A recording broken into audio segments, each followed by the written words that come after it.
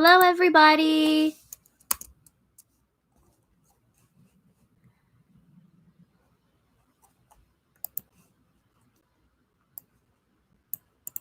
Just getting some links for you all. Okay. Hopefully those work. Hello, everybody. Hi, Daniel. How's everybody doing?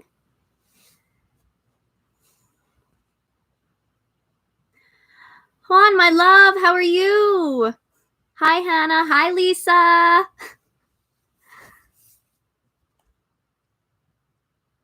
Hello. Oh my God, welcome. Yay, I hope you enjoy it here. I'm doing good. Oh, thank you so much. I decided to do something a little different. Normally, I'm the pastel priestess, but I'm mourning Aphrodite April. It's the last day, and we're talking about a little bit more darker stuff. So I thought my friend Belle was nice enough to have gotten me a black flower crown. So I'm like, you know what? This is the perfect time. Yay, Liz! I'm so happy. Juan. Oh, thank you. Always makes me happy when anything I do gets compared to Queen Lana. All right.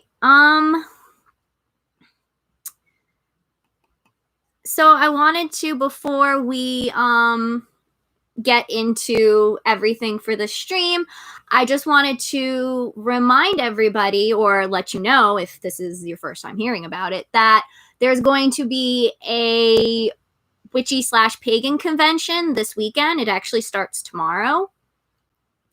Thank you, Allie. It starts tomorrow. I left the links at the top of the chat. One is the link to the Tumblr for the convention that has basically like everything that you need to know in there. And then the Discord link for where the convention is going to be held is in there too.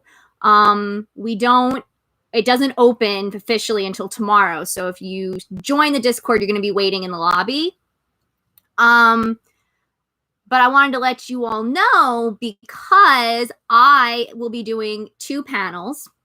Super nervous about it, but also excited. Yeah, I'll be doing 2 panels. One is tomorrow at 4 Eastern Standard Time, which it just worked out that technically it's, again, Friday at 4 Aphrodite time. I'm going to be doing a Hellenic polytheism Q&A with Ayla, Rose Gold Tunic on Tumblr. I'm super excited about that panel because me and Ayla have the best conversations, and we're pretty much like the same person. So if you like me, you'll love her. And so yeah, like you can come join and ask whatever questions you want about Hellenic polytheism. It's the perfect time to, pick our brains. And then I'm doing a exclusive live Tea with the Gods special on Saturday at 12 Eastern Standard Time. And it's going to be all about my favorite topic, mythology.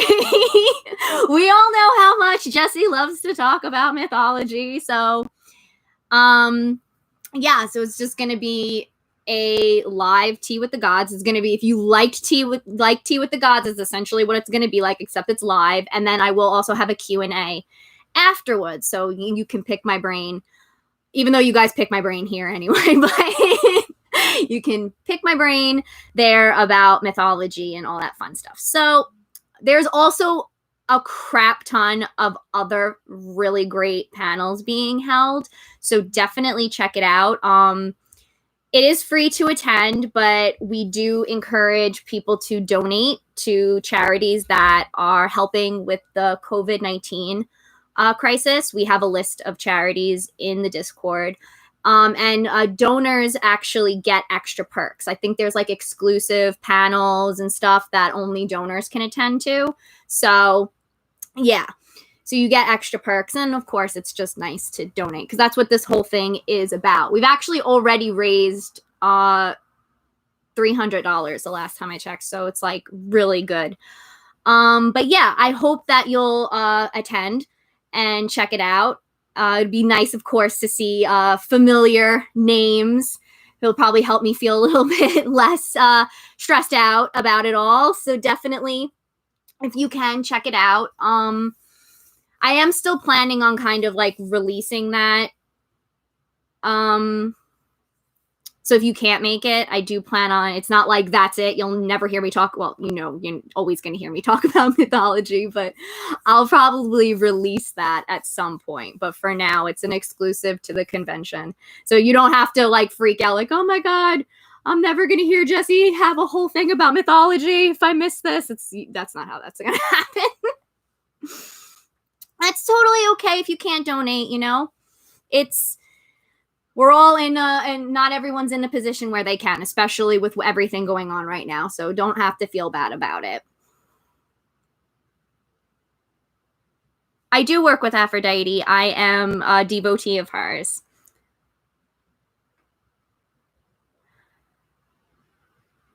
I have to see.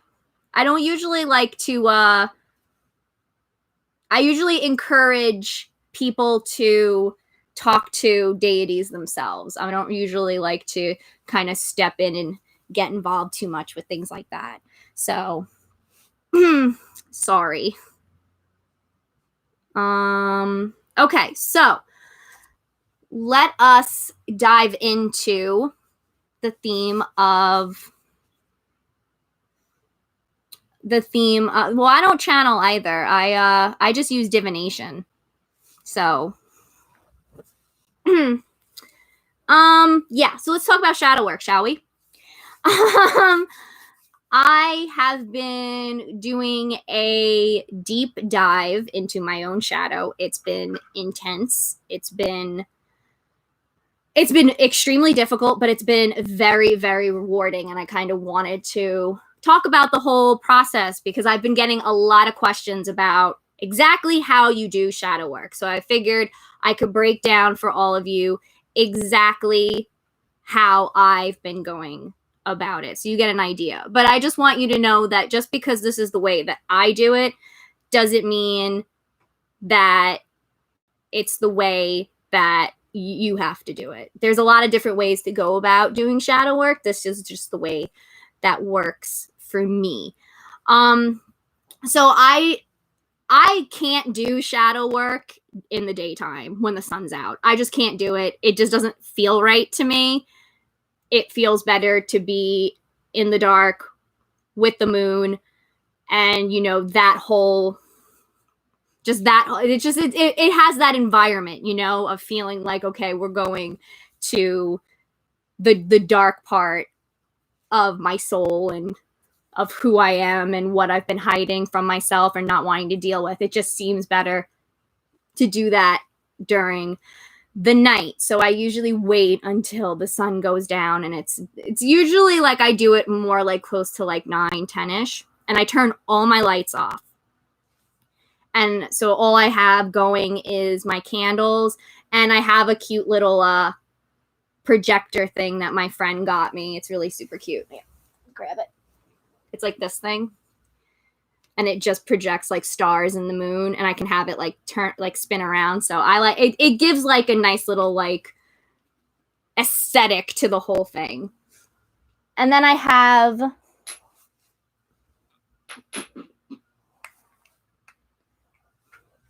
have candles that I lit.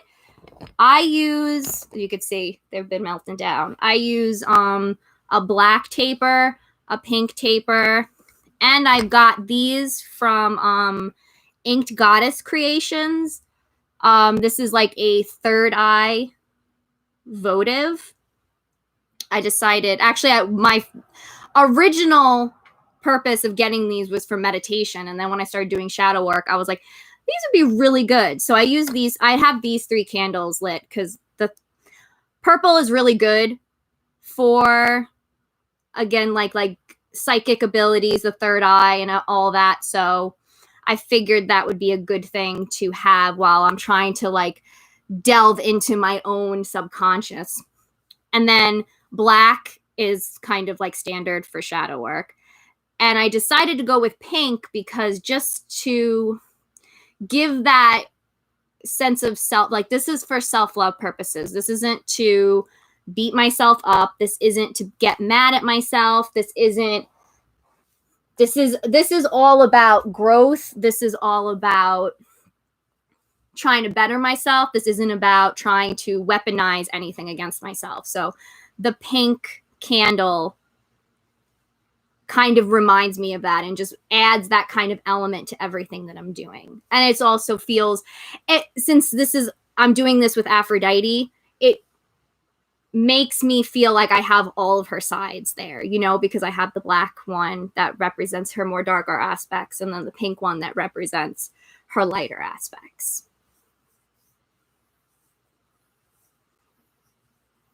What do you, my headpiece, what do you want to know about it? Thank you everybody for saying I look amazing.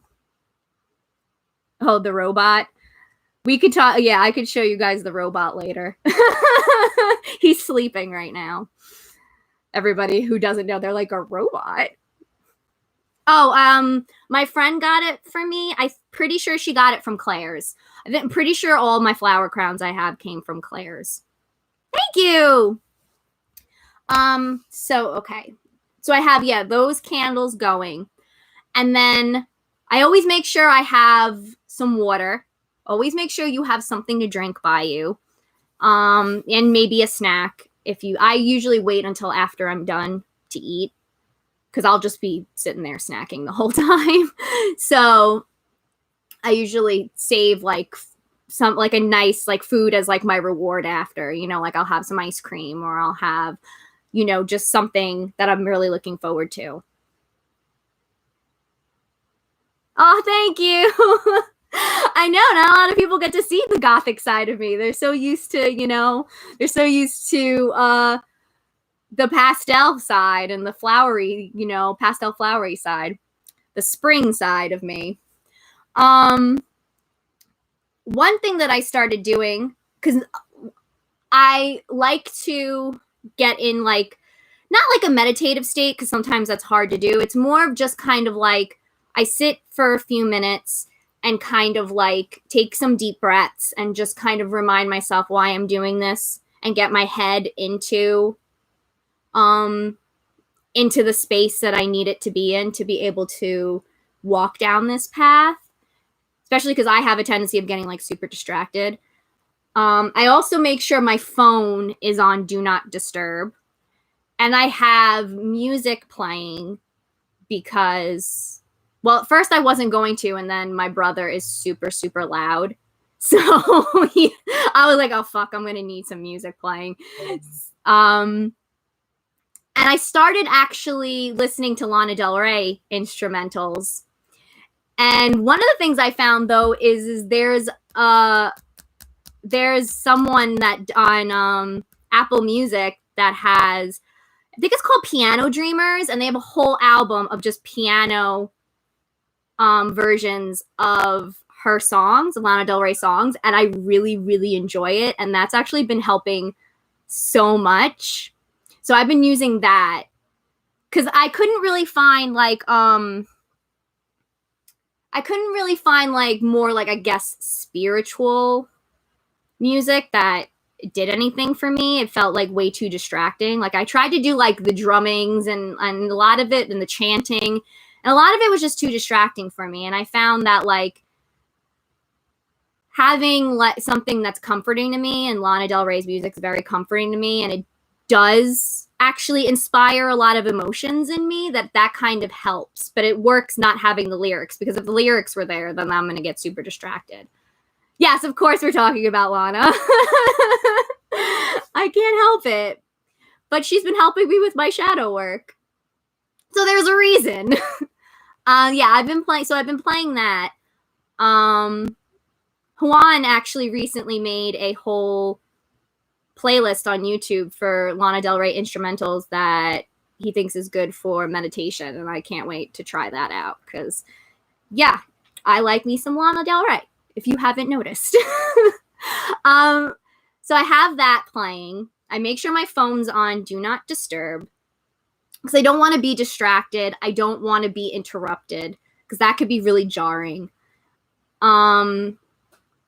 Oh, I also, you don't have to do this, but I like to sprinkle. I have a thing of the full moon water that specifically from Aphrodite April. So I sprinkle that in my space. And I also have like a protection spray that I spray in the space just to kind of keep any like negativity out and just kind of keep the space very positive and very just protected from anything bad that could happen.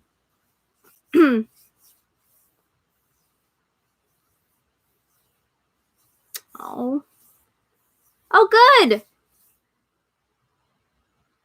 I'm glad. Oh, I love that. Not only helping people with their relationships with the gods, I am also converting people to worship Lana Del Rey.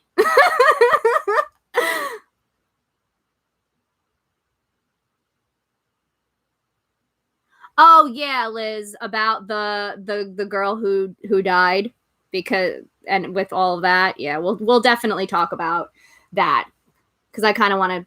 Yeah, we'll definitely. I kind of someone asked me about it on Tumblr, and I read about it a little bit. So yeah, we'll definitely talk about that stuff. Well, at least you're here for a little bit, Sandra. I'm happy that you were able to be here for a little bit. Yes, our gospel music is now Lana only. Yes, Lizzie. Yes. That is our gospel. It's so true. Okay.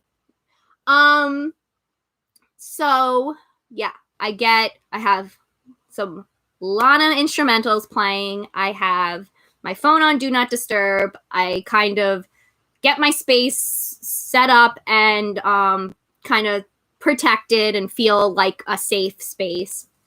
And then I take a few deep breaths and just kind of like remind myself of why I'm doing this, remind myself that this is not about trying to weaponize anything against myself, that I need to acknowledge these things. I need to take accountability. If it's anything that I did, I have to and I have to face whatever comes up. And that's what the point of this is to just finally deal with all this shit that I haven't dealt with.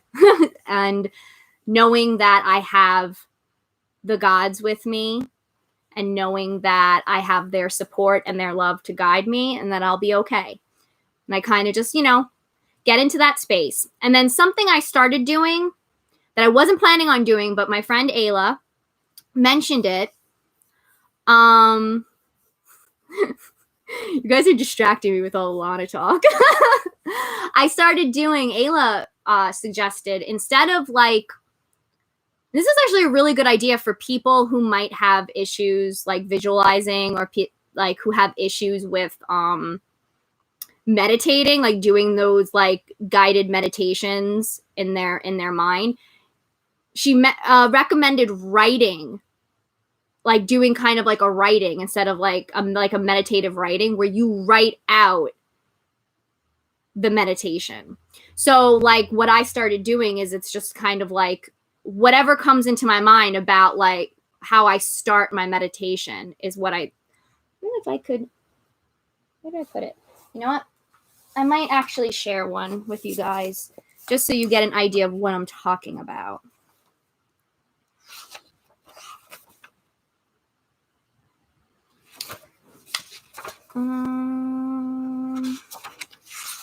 This is my shadow work journal, by the way.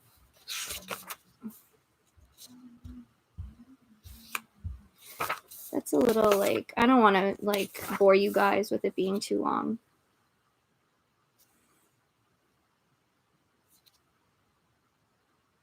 Okay, I'll read you this one so that you can see like this is how I start it. It's like this. You came back, she said with a smirk. This time there's two beings dressed in black cloaks, hoods up, but their beauty and power shines through. I'm scared. Because you know what you have to do, the other being said softly, but sternly still. I looked down and the thunder clapped in the distance. You're protected, she said, staring up at the sky. You've always been, and deep down you know that. I can hear rustling in the forest behind us. It's time. They're here. You never walk alone, my dear. A soft hand cups my cheek, and another gently pushes me forward. I feel divine eyes on my back. I stare at the mouth of the cave and look behind me. Faces and power stare back at me. All silent, but still so loud. Thunder claps again, this time joined by bolts of lightning. Heads nod in encouragement, and I look back at the cave. With a deep breath, I enter once again, still hearing the thunder and feeling the heavy gazes. Still dark, I think to myself. Because you only just started, she said, reading my thoughts. And the big monsters are still here. Face them and see how strong you really are. Hi, Ayla. So yeah, that's kind of how I started. I started with like picturing the gods there and me at the, because I imagine my shadow as kind of like similar to like the entrance of the underworld. It's a cave.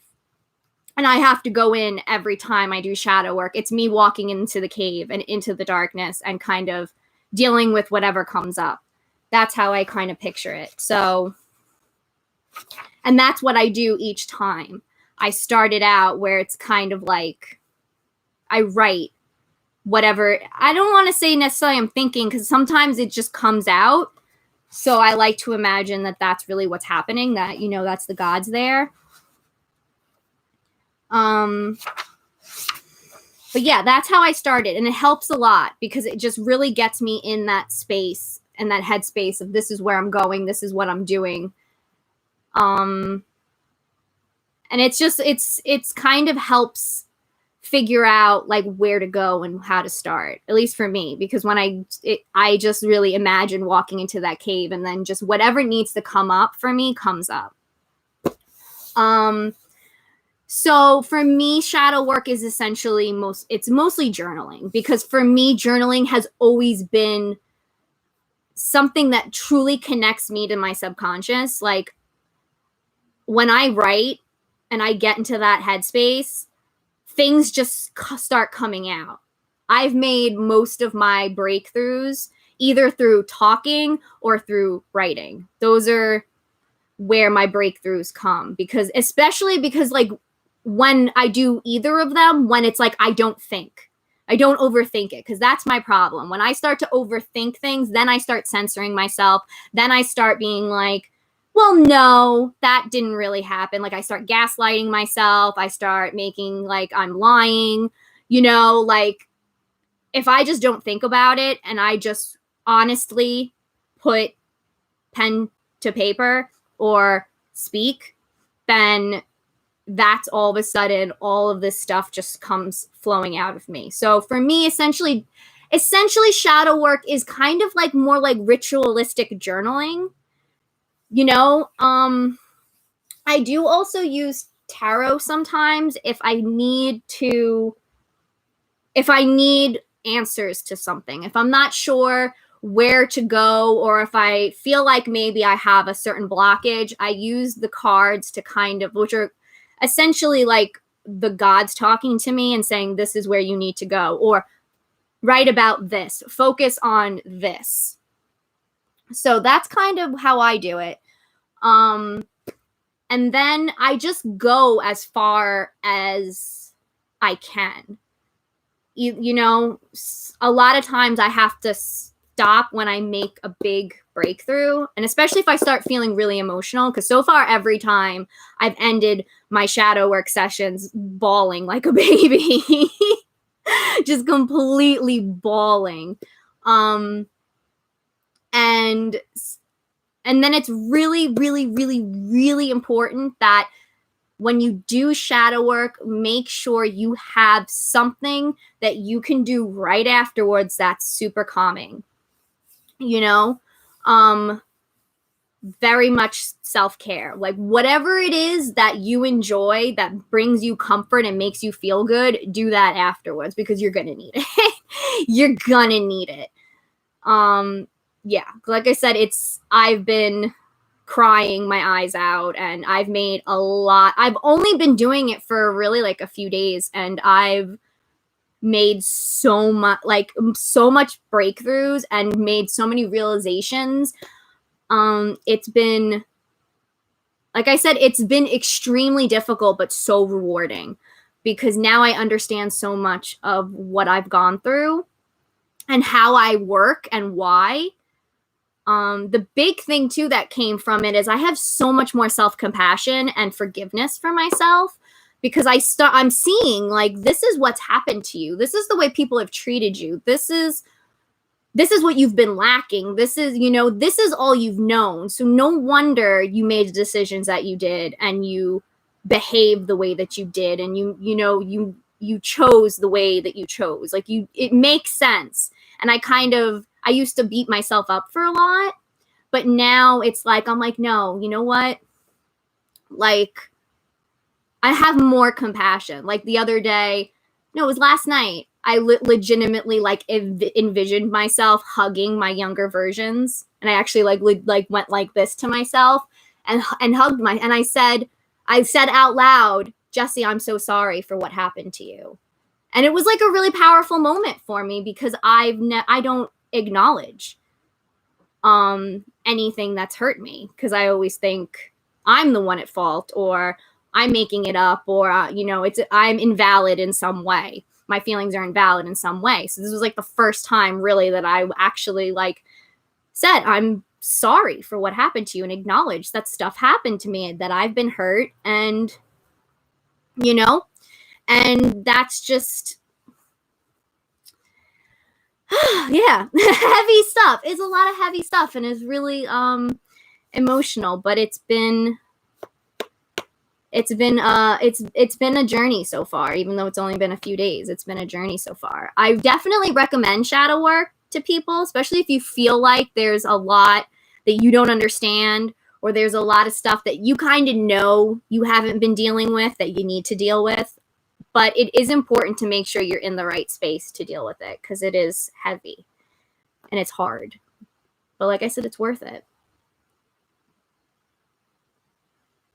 Yeah, like depending on you usually want to make some kind of plan of action. For me, a lot of it is just being more aware of things. Like I'm trying to think if there's any examples that I could give.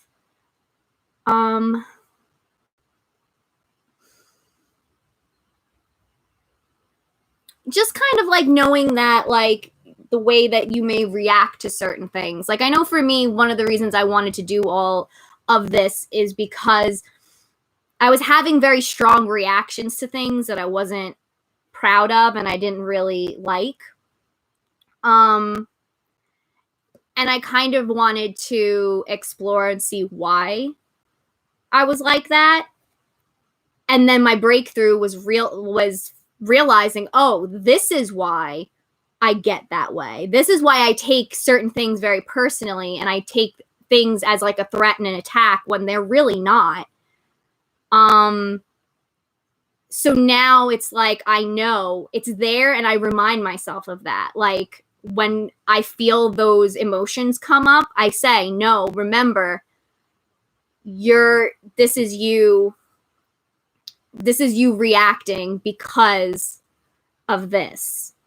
It's for me, a lot of my healing is always about understanding myself and understanding why I do the things that I do, understanding why I react that way, and kind of having a dialogue with myself when it comes up.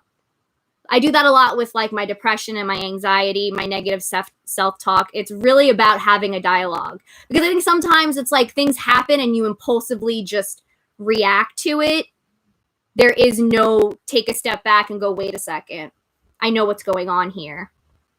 I'm doing it again. I'm doing this behavior that I don't like and that isn't healthy. You know, it's like, it's kind of like that. It's, at least for me. Also, what I'm doing, I should mention this, because I'm following the moon cycle. I started on the new moon. What I'm planning on doing is, when it's the full moon, I'm going to write letters. I'm going to write letters to everyone that I feel like I kind of need some kind of closure with. As a way of like releasing those emotions. I'm not mailing them or anything. They're just for me. I don't know yet if I'm going to burn them or if I'm just kind of going to rip them up or what I'm going to do with them. But I know at least I want to write letters to actually address to these people how they've hurt me. And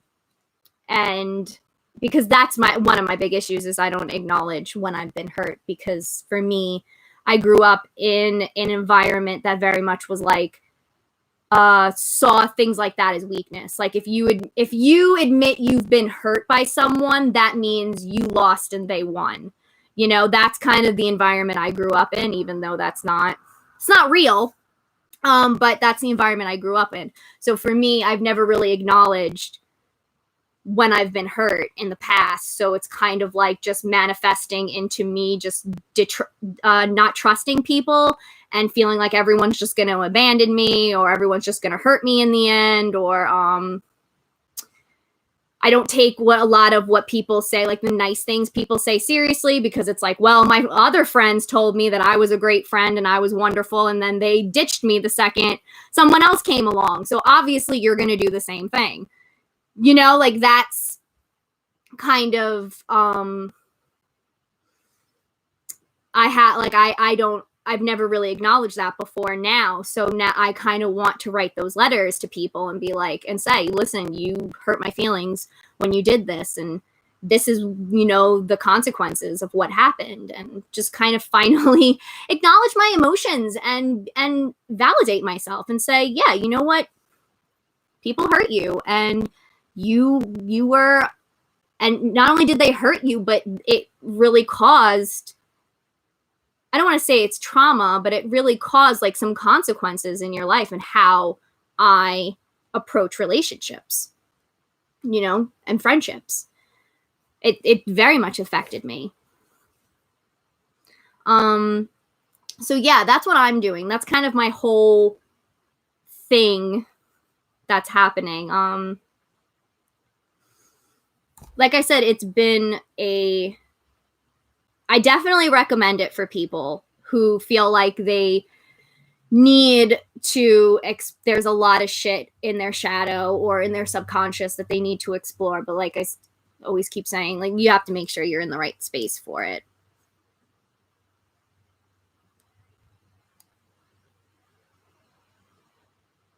Yeah, absolutely, Liz. It is.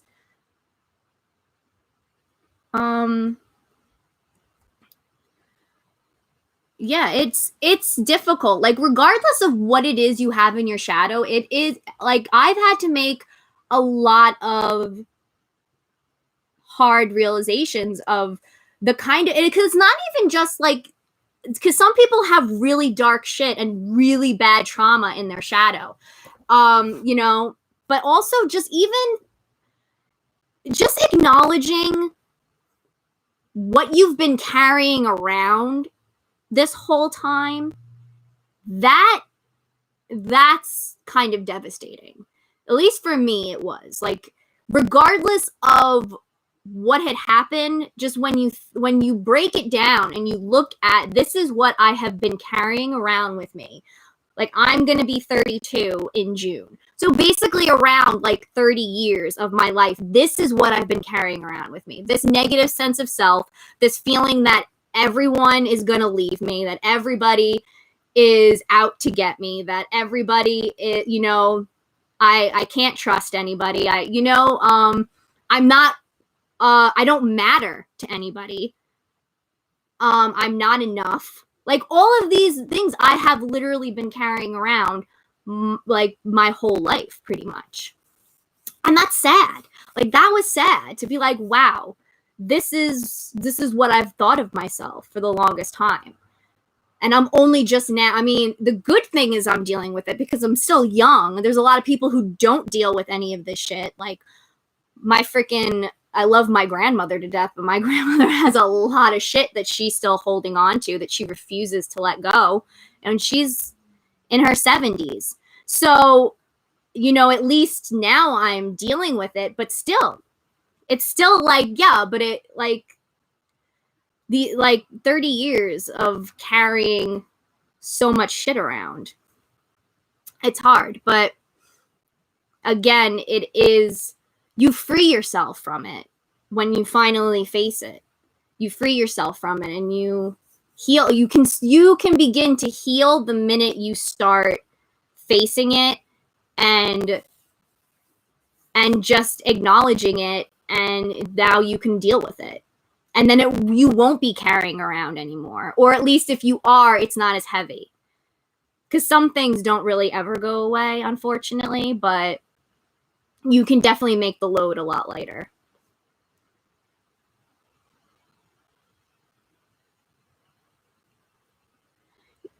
Yeah, you have to do it when it's right for you. I feel you, Alice. It's the same way.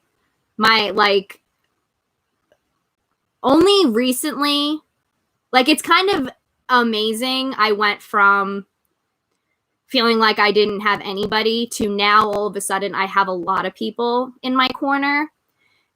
And that's part of why I've been wanting to do this, is because I can see the value in these friendships. And I don't want to ruin them, and I don't want to automatically think the worst of them. I don't want to automatically think that whatever they're telling me is a lie and that I don't matter. Because I've been seeing myself do that. With some of the friends that I've made, my brain automatically goes to, you don't really matter in their lives. They're just saying certain things to be nice or polite, and that's, it's just talk, and it's not. But I tell myself, no, that's not true.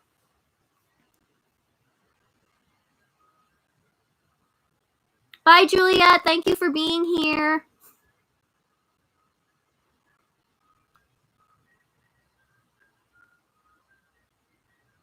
Yeah, it is. It's very difficult. But it's I'm trying much more to be a vulnerable person and put myself out there, and it's okay. I may get hurt, but that I don't necessarily have to give up all friendships in order, you know what I mean? That's kind of it's funny because me and my one friend were having this discussion because I had a dream that people who've hurt me were with me at a Taylor Swift concert. And I was talking to Ayla about, I didn't even make the connection, and Ayla was just like, yeah, but what's Taylor Swift mean to you? I'm like, I just thought it was because I was supposed to go to the Taylor Swift concert this year, but she moved it back to next year, but I was supposed to go. And she was like, no, but doesn't Taylor Swift, isn't she known for having songs about friends betraying her and exes cheating on her and all that? And I was just like, holy shit, yeah! Oh my God. And I was thinking a lot, me and my other friend were talking about Taylor's, she's a big Taylor Swift fan, and she goes, yeah, that makes sense, because what's cool about Taylor is it's she's been hurt so much by people, but that doesn't stop her from believing in love and believing in friendships and still, going out there and still. And I was like, you know what? You're right.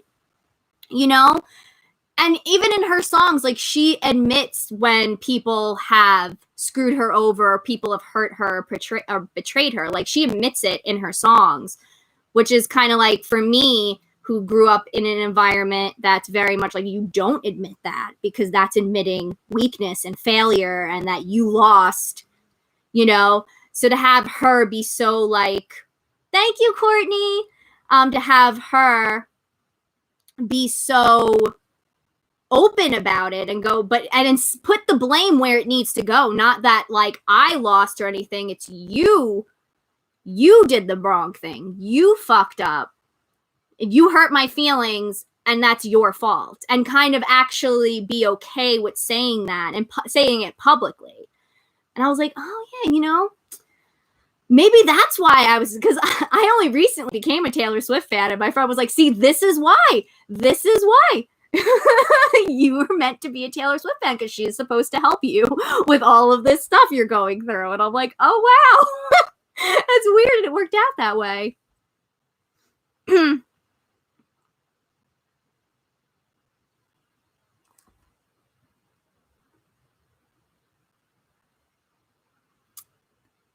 But yeah, like, I have to say, like, having the gods in my life, like, just what Ayla was saying, like, I swear my friendship on the gods, like, honestly, like, I have a lot of things is also, like, having faith in the gods and knowing that they're bringing people into my life. Because all of these people now that have back and who I feel supported by came to me after I became a Hellenic polytheist. So to me, it very much is like I'm getting, you know, I'm getting my circle of support and friends that I'd always wanted. I'm getting it now, because now I think it's like when I need it the most.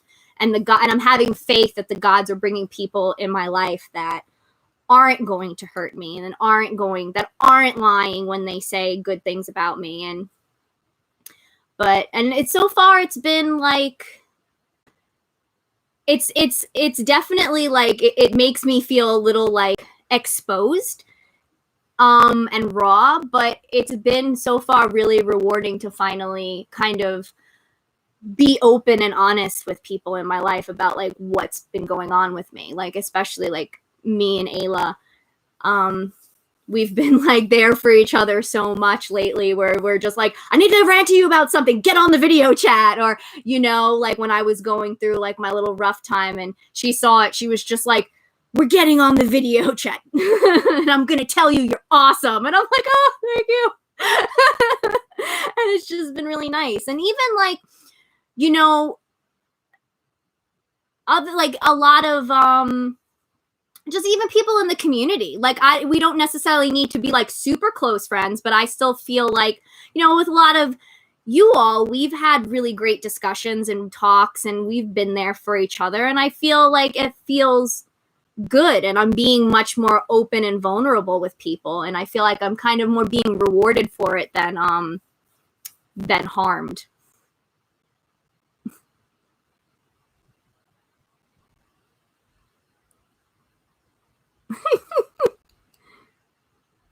Aw, thanks, Ayla. All right. Okay, so that's shadow work. I don't know if anyone has any questions about it. I'm trying to think if there's anything else I wanted to share. I'm trying to decide if I want to share a moment that I had with the gods, or if I should just leave that for me and them. Ayla, what do you think? Do you think I should share what happened with me and the gods, or should I leave it as a me and them kind of moment? It's so true, Allie. I mean, I feel so blessed to be part of this community. It really is. I mean, I've said it before, but I feel like it's a good time to say it again. You know, when I've been, you know, a kind of a loner, which, you know, what I've said before would explain why. I've been kind of a loner, and the idea of like doing anything in groups made me feel really uncomfortable, and I didn't like it. Like, I didn't like the idea of being in a coven. I was like, no, I'm going to do my own witchcraft, do my own thing. Like, I'm very much like, I do my own thing.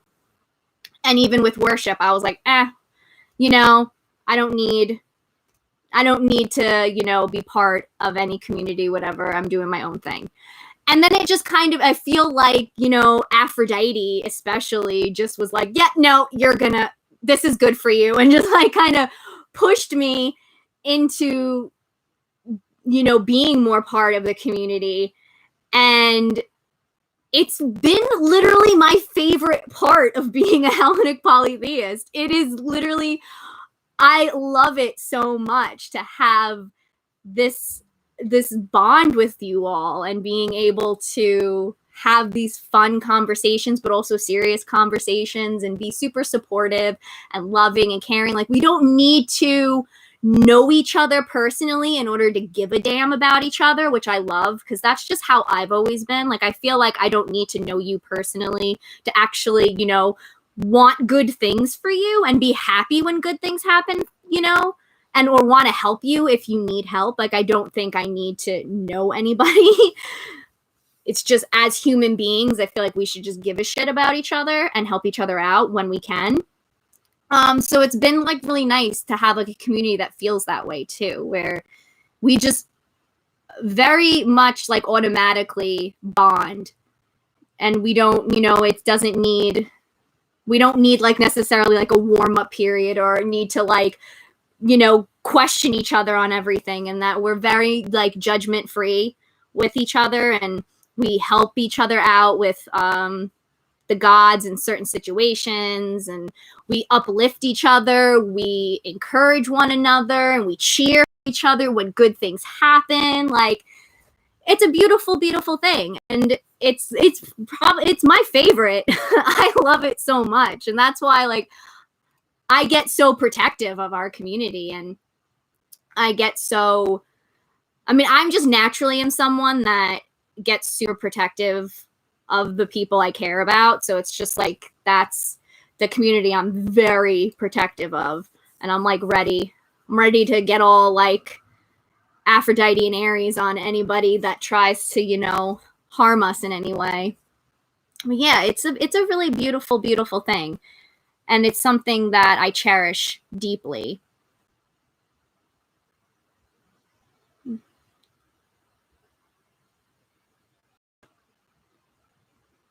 Oh, that's interesting. Widget Otaku, a divination system based on Mahjong.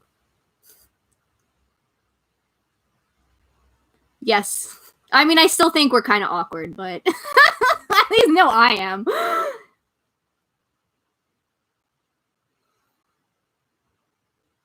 Yeah, absolutely, Alice.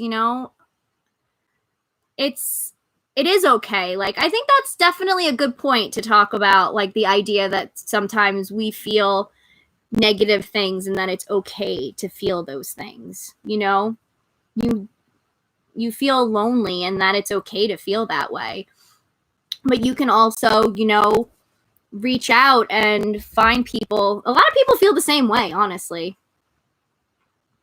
We talked a lot about shadow work. That's mainly what we spoke about. You kind of missed the whole thing about shadow work. Yeah, now we're gushing over how much we heart our community. But yeah, I do. Like, I love how, I think, like, our part of it, at least, because, obviously the community as a whole, there's issues and there's problems and certain ways of thinking and things like that. But I think, like, our side of it is very open and very welcoming to all different ways of worship and all different beliefs. And I kind of love that, because to me, I love a good discussion. Like, I love picking other people's brains to think of things in a way that, because we all have our own way of thinking about things. We have our unique brains that does things a certain way. And so sometimes we won't think outside of the box or think in a way that someone else does. So it's like, you get open to a whole other way of thinking when you talk to somebody about how they see the afterlife or how they view the gods and what they think about if the gods created us, if they created the world, like things like that, these bigger concepts, and even the smaller concepts, like how do you see Aphrodite and how does her war side or her death side, how does that relate to anything? Or what do you think of mythology? How do you wrap your brain around mythology in your worship? And I love being able to have those discussions. And that's why I get frustrated with how certain people get very like, no, this is the way you have to do it, is because it completely like just cuts off the ability to talk and to discuss with other people in your community, which I think is just one of the best things about religion. Is I love talking about it and seeing, because we all essentially are like philosophers, you know, and kind of like trying to figure out the world and where we fit in it, where the gods fit in it, and I just love having those discussions with people and being open to that. And I just kind of, I get frustrated when like people kind of immediately like shut that, to try to shut that down. That's why I was like, I was happy to kind of have the discussion about, like, a perfect example is when we were discussing where Apollo fits in the whole COVID-19 crisis, you know, as someone who brings plague. I loved having that discussion because it helped me realize a lot on how I view the gods on a global scale, and that I don't like viewing the gods in a global scale. That's, I'm not comfortable with that. It just doesn't, it makes me cringe, and I don't like it. I would have never have realized that if that discussion didn't happen, you know? And I feel like we need to have these discussions as religious people. Because it's just, it's how we bond with each other, and it's also how we engage with our beliefs in our religion, and it's also how we grow, you know, because again, we're getting different ideas, and we're able also to kind of like work through our own ideas and beliefs and maybe see the potholes in those, and maybe see, oh wait, maybe that doesn't work. I kind of like yours. Maybe we'll mesh them together. You know, like, you, it's just, it's a fun, I just find it fun. I just love doing that. It's one of my favorite things to do, is just actually talk about these things with other people. And I kind of wish more, like, we could encourage that more instead of immediately shutting down any kind of thoughts that are outside of our own beliefs, you know?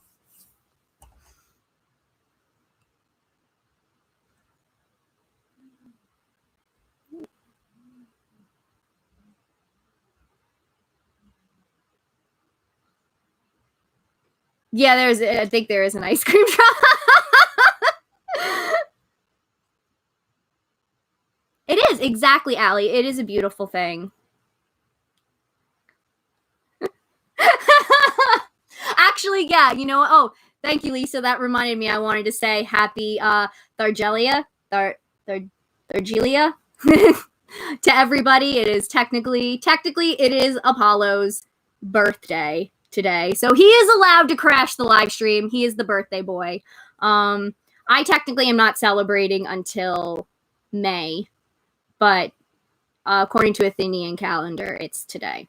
So, yes, happy birthday, Apollo. Artemis's birthday was yesterday. So happy belated birthday, Artemis.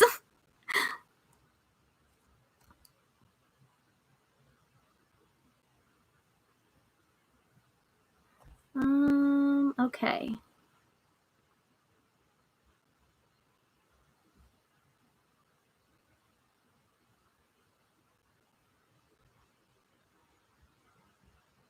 Exactly, Ayla. It's true. Well, this whole thing about research and everything, I guess we could talk about, because that kind of goes into the TikTok drama I wanted to talk about. Do you want to talk about that first and then talk about Aphrodite, or should we talk about Aphrodite first and then the TikTok drama? It's whatever you guys want to talk about, but yeah, considering we're heading into the direction of talking about like people believing there's one way to do things and not doing their research, that definitely goes into the TikTok drama. But we can also talk, it is technically the last day of Aphrodite, April, so I kind of feel like maybe we should talk about Aphrodite first. Yes, the gods do have birthdays. Well, yeah, because some of them, technically, like, the sacred days, some of their sacred days are seen as their birthdays, but Apollo and Artemis are just fucking special. Their births are just so, they're such a blessing that we have to celebrate them. Whatever takes the least time. Yeah. Oh, no one's a fan of the TikTok drama, but I feel like I needed to discuss it because just in case people who are on here are on TikTok, I feel like I needed I wanted to talk about, like, you know, what to look out for.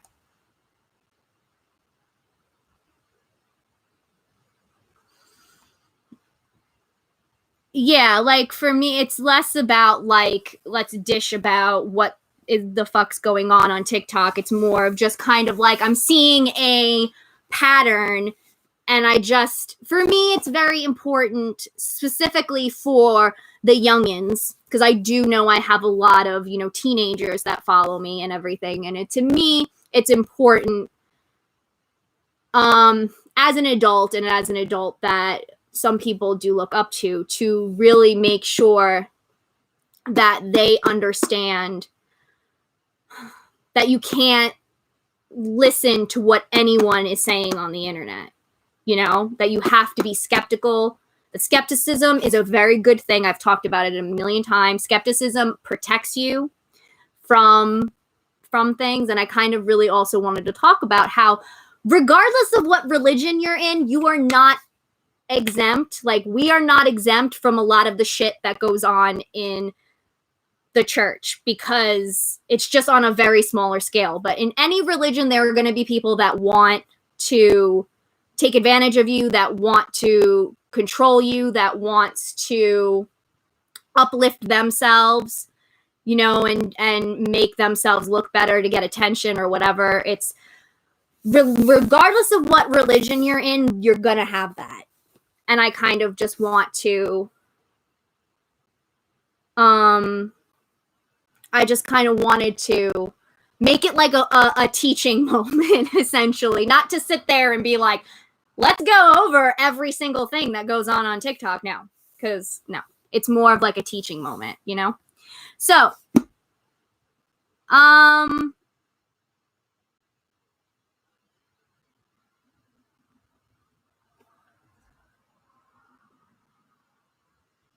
guess, should we... Whatever takes, I don't know what's going to take the least time. Technically, I think the TikTok drama is going to take the least time, because Aphrodite, I have like a lot of fucking research about Aphrodite. I'm still finding more. This is why the podcast episode is late. I wanted to get it done yesterday, but I was research galore, and I'm still doing it. This is probably going to be the most research heavy episode I've ever done. So be prepared for that. But okay.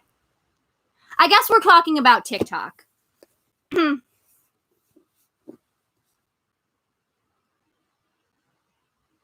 guess we'll talk about TikTok, because I think it is a little bit easier to talk about. So, all right, where to start? Well, I've been getting, the funny thing is I don't have a TikTok, but I know what goes on TikTok because everybody tells me what goes on TikTok. So I don't even need one, because everybody comes to me like, Jesse, look at this. Jesse, did you see this? And I'm just like, okay, apparently I don't need a TikTok, because everyone just sends me what I need to know. I don't want to call anybody out, but the one that stuck with me the most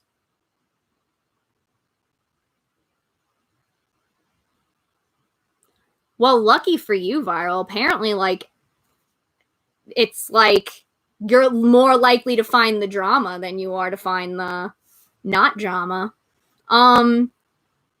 Apparently somebody on TikTok was talking about how, because we did have, if you were in one of the other live streams, someone did mention that someone was talking about how Aphrodite possessed their mom. And then recently somebody told me that there was someone else that talked about how Aphrodite tried to drown her. And the funny thing about that, because I actually saw the video, and she was talking about, the whole video was actually about saying that just because something didn't happen to you doesn't mean it can't happen to somebody else. And you shouldn't judge other people's relationship with the gods based on what you do. Which I agree, but to an extent. And it's funny because she also said, like, yeah. And she also said, like, she was talking about, yeah, it's pretty obvious when a spirit or an entity is pretending to be a deity. And I was thinking, yeah, like, if supposed deity was trying to drown you, like, maybe that's the obvious sign. But the problem is, obviously, she believes in the mythical version of Aphrodite because she specifically said Aphrodite gets mad and she's jealous. And I'm like, I think apparently, correct me if I'm wrong,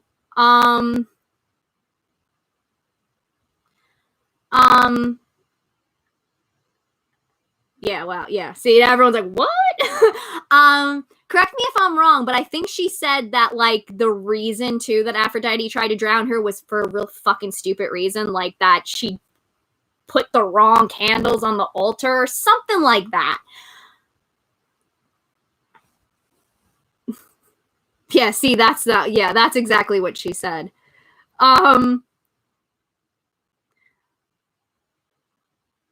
Yeah, we are gonna. Well, it's like not directly about her. It's more of like, because this apparently is a thing on TikTok. People are saying this kind of shit. And the problem is like people. The reason I want to talk about it is because I have people come to me. I have people come to me and they tell me about this and they say I'm scared. Is this real? So people are generally believing what these people are saying. When honestly, yeah, like I agree that we all have different relationships with the gods. And the gods aren't always like super benevolent. Like they're not, that's not. But they're not going to cause harm to you. And I don't understand why you would even worship a deity that is capable of doing something like that for a stupid fucking reason, too. Yeah, no, you're right. They are one. That's kind of what I need to get across here, because I know most of you who are commenting are very aware of how ridiculous this all sounds. But, there's 42 people in this live stream. Most of them are not commenting, and I don't know how they feel about it. And I really want to put it out there that, a lot of people like that are making it up. And I don't like to be that person, but a lot of people like that are making it up. And they're doing it to try and be... Because the thing is about that one who said that Aphrodite drowned her, everyone kept saying the same thing where they're like, she's changed. She went from being super informative, I loved following her, and now all of a sudden she's just a bully. I've heard that on numerous occasions, and not even like it was in like a forum where people were all agreeing with it, like in different places where people just were saying it to me, where they were like, yeah, she's changed. So to me, I feel like there's obviously something going on here. And yeah, people will be people. And that's the problem. And this is something that happens, and this isn't just a TikTok issue, because it happens on Tumblr too, where people will say things just for the clout, or just for the attention, just for the followers, just to cause shit. Some people literally will just say like negative things like that because they literally want to start an argument with people. They want to be argumentative. They want to be edgy, So it's really important that you be very critical with the people you follow and the information that you indulge from people. You know, like very much be very critical and be very skeptical at first. You know, don't immediately put trust into what people are saying to you, because a lot of people are just out there making shit up. Yeah. That's exact, Daniel. It's what I believe too. Like if Aphrodite literally is going to try and drown you because you put the wrong candles on her altar or whatever, why would you continue worshiping that god? You have a choice. You know, like there's a choice here. And that's why I also think that why I believe the gods won't actually harm us. Not because I also believe they truly care about us, but they know better. Like, they're not dumb. They know that we live in a world now where we choose to worship them. You know, this isn't ancient Greece where you're born into it. You know, we choose that, which means they're going to get more from us, and they're going to get our faith and our love and our trust in them when they're nice and they're not using fear as a way to get us to get in line or to respect them, you know? And that's another thing too. I feel that's very an outdated, it's people who are like that are very much like the gods don't give a shit about you, and the gods are they're capable of that kind of cruelty. Well, they'll harm you and they'll do like into that such like God of like the first, you know, like the first testament and everything, like that God, you know, that was like, I will totally like flood the entire world and only save one dude and his family. Like, you know, like that kind of divinity, you know? They're not realizing that that's an outdated belief that power and authority requires fear. That you need to inspire fear in your followers to get them to fall in line. That's, you know, how I don't say a lot, but like that's how some religions have inspired like control and subordination and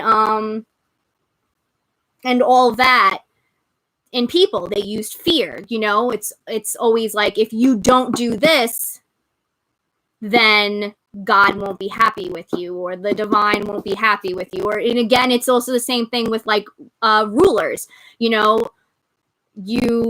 If you don't follow this specific religion, then you're going to die. You know, you're going to get arrested and you're going to be put to death. It's the idea of leadership needs fear in order to work, which the gods don't need that. They don't need that. And actually inspiring fear in us is going to be the opposite of what they want, because again, we have the choice. If I don't like how, you know, a god is treating me, I can go find another religion or even make my own. You know, like I don't need to stay here and put up with that. I don't. And so I don't that's why like I don't believe in any of that. It makes zero sense to me. And it's not just about like, that's not how I know Aphrodite to be, but it just doesn't make any sense. And to me, again, it just goes back to outdated beliefs and someone who hasn't done their research. And that's the problem with a lot of these people, is it's very obvious they haven't done their research, because all they're doing is basing their stories and their depictions of the gods on mythology, not reality.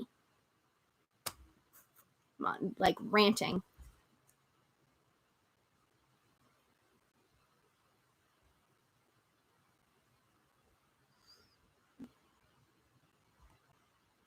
Yeah, I would believe more that Aphrodite tried to drown somebody than Ares hurt somebody for no reason. Being real with you, I would believe, if you had to tell me I had to believe one is a lie, one is truth, I'd be like, well, the lie is Ares, because he's a big papa bear who, no, he hurts people who deserve it, like really deserve it. You know, like how in the mythology he killed Poseidon's son for raping his daughter. That's what he does. So, but no, just because, again, it just frustrates me so much, because it's like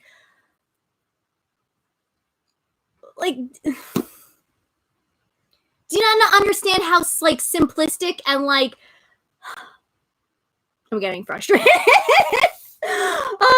How simplistic and just like to be like, oh, of course, the god of war is going to be the one that is, you know, he's the god of war. He's bloodthirsty. So obviously he has to be the evil one that's going to fucking hurt people for no reason, because it's like, really? You think that it's that simple?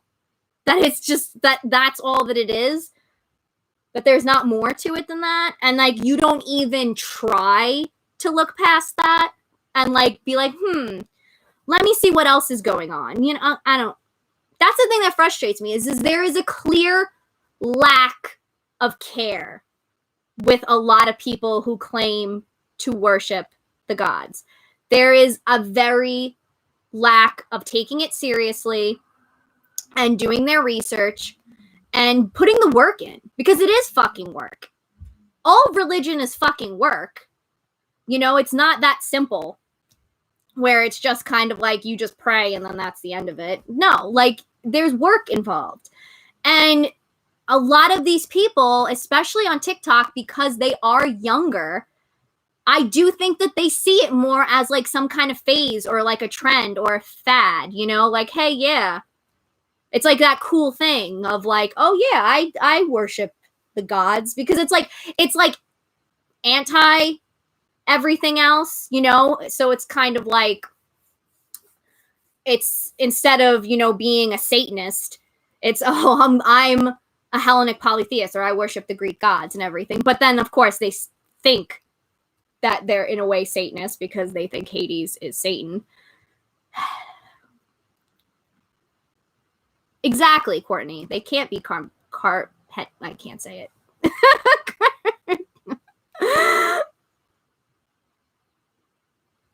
Yes, exactly. They are so much more than we can ever define. That is so true. And like even the Greeks, like the thing that, and it frustrates me, because if you actually like research how the Greeks worshipped and everything, you start to realize that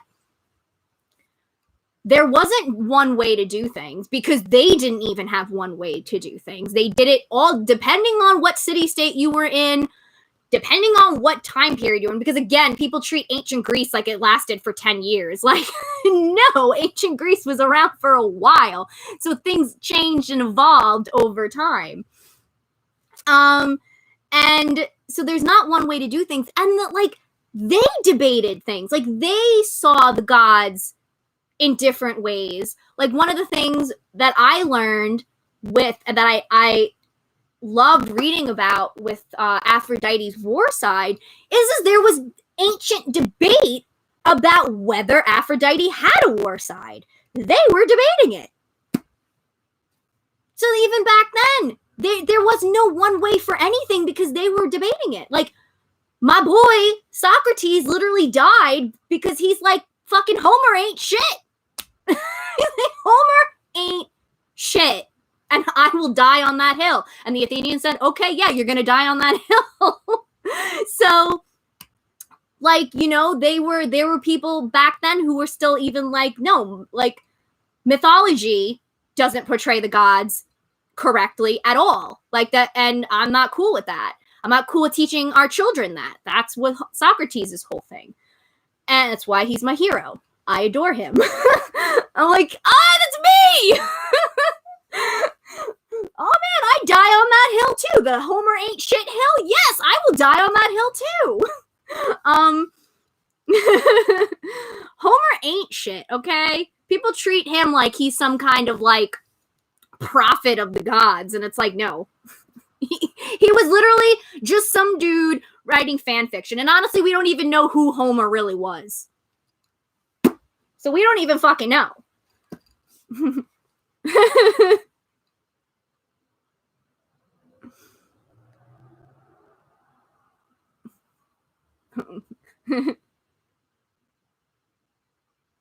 Yeah, we need to get Homer ain't shit.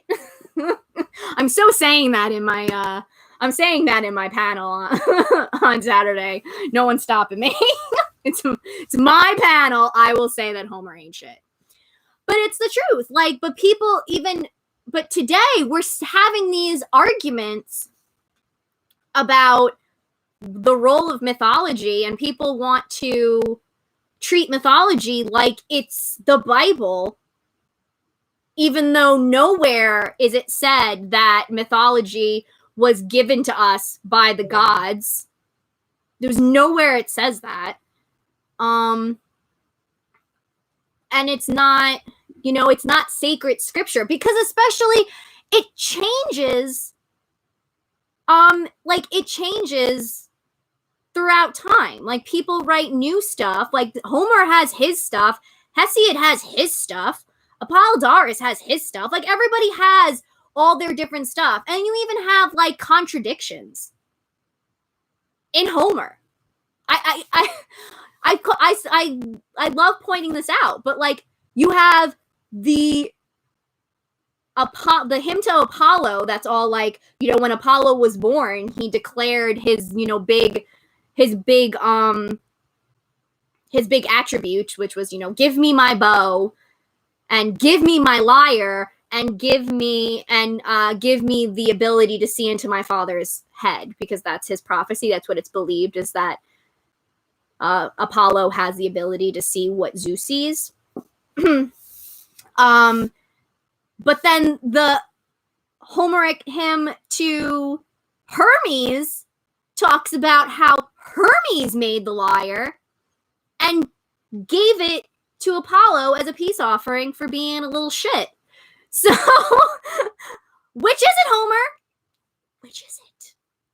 But no, these apparently are true, and we have to, you know, treat them like they're sacred scripture. Exactly.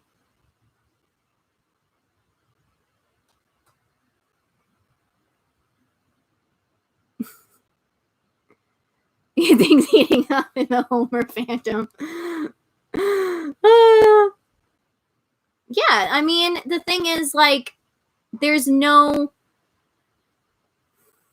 This is my problem is it's just very clear that people haven't done their research. And that's really what it comes down to. And the reasons as to why, whether it's because they don't really give a shit or whether they don't realize that there's more to learn, because I know the way school tends to teach ancient Greece is in a way that's very...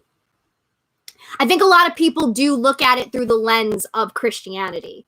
You know, they can't see it as something separate of that, because what we know of religion and religious practices and how it's formed and how people view it is very much influenced by Christianity. So I think people look at it in that kind of lens that, you know, okay, so they need a Bible. Like every religion needs like a book, you know, a sacred book. So obviously for the Greeks, it had to be Greek mythology. Like that has to be there because it in a way, it does resemble the Bible. Like there are a lot of similarities. It does resemble the Bible in that it has these stories, these very like outlandish, exaggerated stories that kind of pull you in. And a lot of them, and I think ultimately they serve the same purpose, which is more to have certain lessons and to get certain ideas across, but they're not necessarily, I mean, I don't about the Bible, it's a little different, but Greek mythology, you're not supposed to take it literally. They're stories that are told for many different reasons, but the reason isn't to tell a true story or to convey who the gods are completely, you know?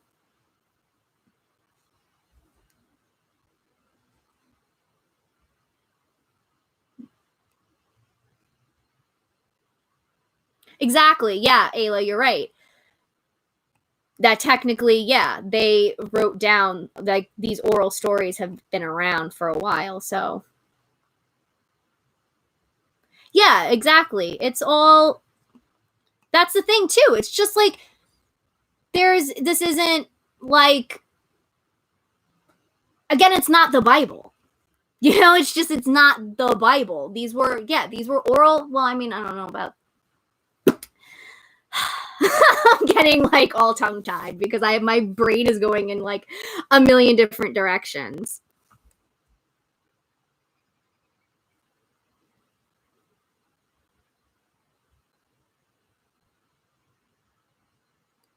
But the thing too about the Bible though is that, and this is actually a problem with mythology, is people pick and choose what they want to believe from the Bible and what they don't. You know, like they want to pick and choose what is real and what they're just going to ignore completely because that inconveniences them, or they're like, no, that's too old and outdated. And it's like, oh, that's old and outdated, but the thing that you're believing in isn't old and outdated. And people do that with Greek mythology, you know? Let's totally redeem Hades and change his whole story around where he's not a kidnapper and a possible rapist, but Zeus is still a rapist and a cheater. It's like, no, you can't do that. If you're going to reimagine one story, then you have to you can't. Why does Hades get a pass, but Poseidon and Zeus don't? And how come, again, I've said this before, how come Apollo, everyone just ignores Apollo? Everyone ignores the shit Apollo did. Just ignore all that. But no, that's because he's everybody's favorite. And it's the same thing with Hades. He's everybody's emo goth boy who loves his dog and his wife. So, oh my God. No, he can't be bad, but I don't want to fuck Zeus. So I fucking said it. I don't want to fuck Zeus. I don't want to imagine me with Zeus. So he's still a bad guy. I said it. I fucking said it because that's what I think a lot of it is. I think it really comes down to they're treating the gods like they do their fictional characters. That's what this is, because you always know the ones that get redeemed, want to be redeemed or look nice, are the pretty boys. The pretty boys, because but I like to read X readers and imagine them with me. I just noticed it's always the pretty boys that get away with shit, There's a reason everybody wanted Kylo Ren to be redeemed. Because he's Adam Driver. But, that's how it is.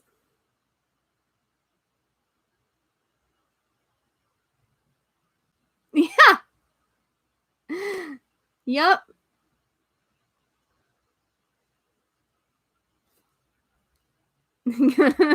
I'm just like, it's the truth. It is, Apollo. It's because I'm freaking beautiful. It's the truth, though. It's, I'm going to say it. It's the truth. That's the problem, is it's a lot of, because I've noticed a lot of it is the younger crowd. And that's not to knock on any teenagers and everything, because I know not all teenagers are like that. But I'm saying it from remembering when I was a teenager. That's how, one of the reasons I loved Apollo so much was because he was pretty. I'm not going to lie. He was pretty. He was a pretty bisexual boy, and I loved that. So I loved it. So, I grew up during the time when like yaoi was such a big thing before we realized how fucking problematic it was. You know, I grew up in the time we loved that shit. So Apollo with Hyacinthus, it's like, woo! You know, like that's just, unfortunately, that's how sometimes teenagers are. The problem though is people believe the shit they say as truth, not as what it actually is. People do still love yaoi, it's true. It's absolutely true, they do. The dark days, yeah. Oh my god, the yaoi hands. Yeah, I loved yaoi, oh my god. I loved it so much. We do like hot, it's true, we do like hot people. That's nothing against, like, it's nothing against thinking that certain gods are hot and everything, but the problem comes is when you're very hypocritical about it, or you're very, you know, double standard kind of thing. Especially if you want to sit there and, like, if you want to stick to yourself and say to yourself, like, you know, Hades can do no wrong, everybody else sucks. Like, if you want to say that to yourself, go right ahead. But if you're going to sit there and go on a public platform or go into other people's posts and start ranting about how Hades is the greatest husband in the world and Zeus is a piece of shit, then there's a fucking problem. Like, you obviously, you don't have any right to do that. Yes, exactly. Selective.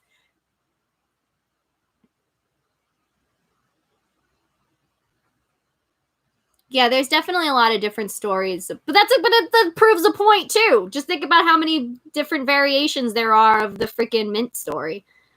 That's how a lot of them are. There are different variations of it because people told different versions of it depending. So how can these be true sacred stories if everyone keeps telling different fucking versions of it?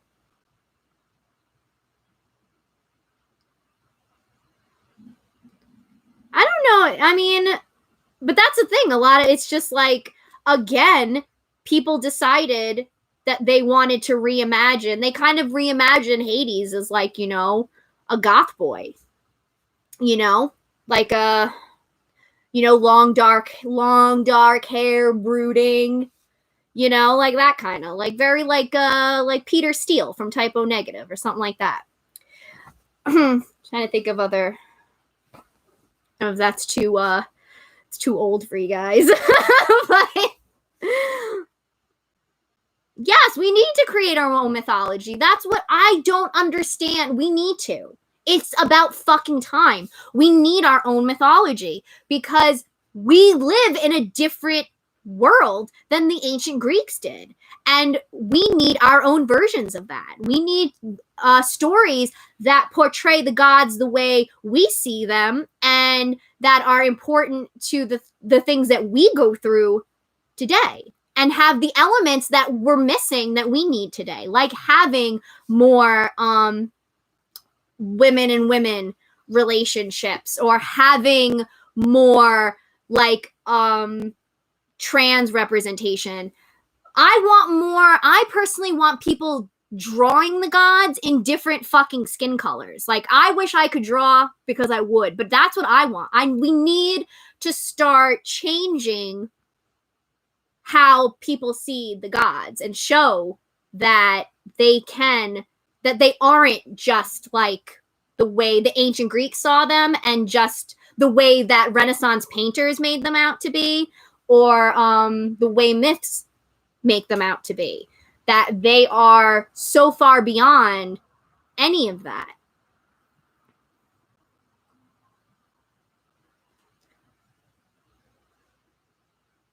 You just write stories. It's the same. Mythology is just fan fiction, my loves. That is all mythology is. It's fucking fan fiction. And you know what's, let me tell you, I have proof right now that that's what it is, because I was talking to my friend about it, and my friend is not, like, she's not a Hellenic polytheist, she's not a pagan, she's not a witch, she's not any of that. but she knows I am, and we talk about it, but she's none of that. And she doesn't know much about ancient Greece at all. You know, that's not her interest or whatever.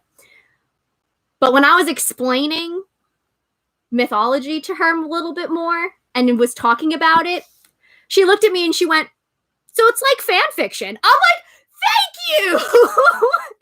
Yes. Someone on the outside is fucking saying it.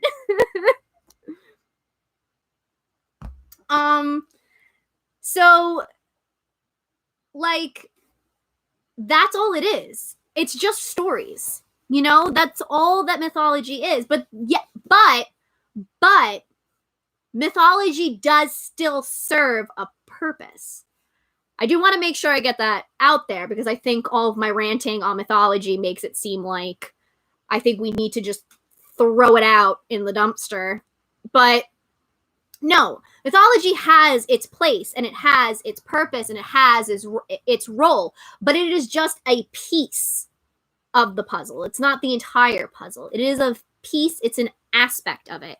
So there's a lot to learn from mythology if we don't take it literally. There are snippets of information in there, especially about ancient Greece and what ancient Greece believed in, and what was of value to them and what they deemed as important. You can learn a lot about ancient Greece by looking at their stories. And that goes with like any culture. You learn so much about a culture based on the stories that they told. It's the same thing with us today. You can see where our values are in what media is the most popular, or what media lasts, that we still hold on to this day, you know? And even as individuals, you know, that's why a lot of people love to say like what their favorite book is, or what their favorite movie is. It says a lot about who you are and what you value. But yeah, it has its purpose, because we also get, you know, these stories about where certain associations came from, where certain attributes came from. And it's like lessons too. It's lessons on what not to do, which none of us are really going to be that stupid. Sorry, mythical figures, but a lot of you are fucking stupid.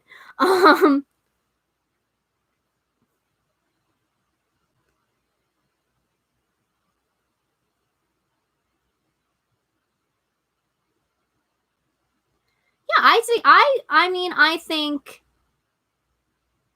I really do encourage everyone to write their own stories, you know? I don't see again, Homer ain't shit. And my whole point of saying that isn't just about Homer, but it's the idea that people have this belief that because something is ancient, that means that it is sacred or better or more important, or that, like, you know. And I'm not saying that, again, this isn't me knocking on, because I know it's their culture and it's their religion and it's the way that they practice it and what they believed, and that's important to know. But at the same time, we have to remember that these were human beings just like us today, and learning about them, I've seen that they have the same discussions that we're having today. Like I said, you had Socrates being like me, going, mythology's stupid. It's dumb. It doesn't portray the gods in the right way. And being, you know, very vocal about that. And he died because Athenians suck. But the idea is they're having these discussions about war Aphrodite. You had people talking about that there was an armed Aphrodite, and other people being like, what? No, there's no armed Aphrodite. That's ridiculous. And actually even having to jump through hoops to try and like explain away why certain things may seem like there's an armed Aphrodite, and it goes, well, no, that can't be it. It has to be this, because they can't fathom Aphrodite being associated with war at all. But they've had those debates back then. So again, they're not agreeing on anything because they were human beings trying to wrap their brain around their gods and their religion just like we are today. So they're not necessarily any better than we are or more informed than we are, where, you know, Homer can write the fucking Iliad and be seen as like next to the gods, and his work is sacred and wonderful, but I fucking want to talk about Aphrodite and Artemis hooking up, and oh my god, you've committed hubris, you must stop.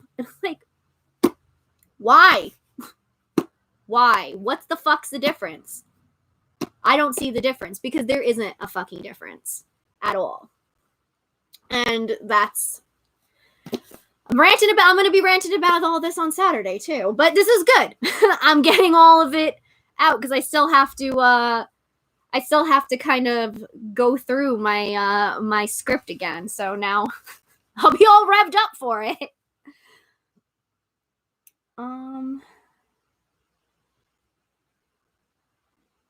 Honestly, I really need more like Aphrodite, especially with women, because she's absolutely the one that would be like, there's the fact that there aren't any is just atrocious to me.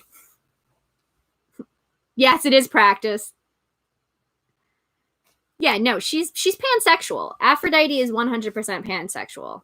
No one can, people can try and fight me on that, but Apollo 100% wears sunglasses. Because he's like, I'm so hot, even I have to wear sunglasses.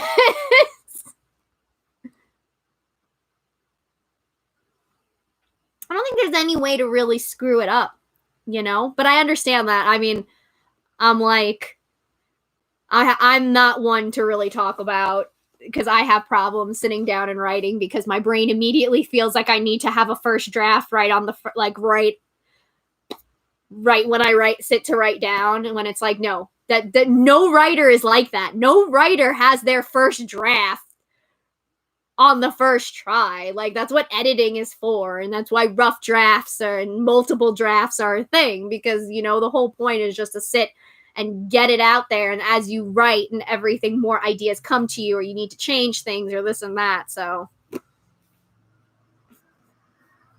aviators.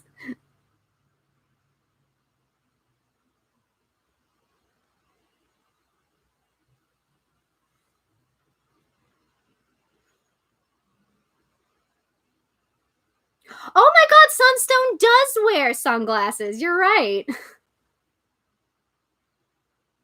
Oh, enjoy your taco salad. Yeah, I mean, but this is the issue, is it's, I feel like because people get so, like, there's only one right way to do it, and the idea that, you know, because they think something is hubris, that automatically means it is hubris.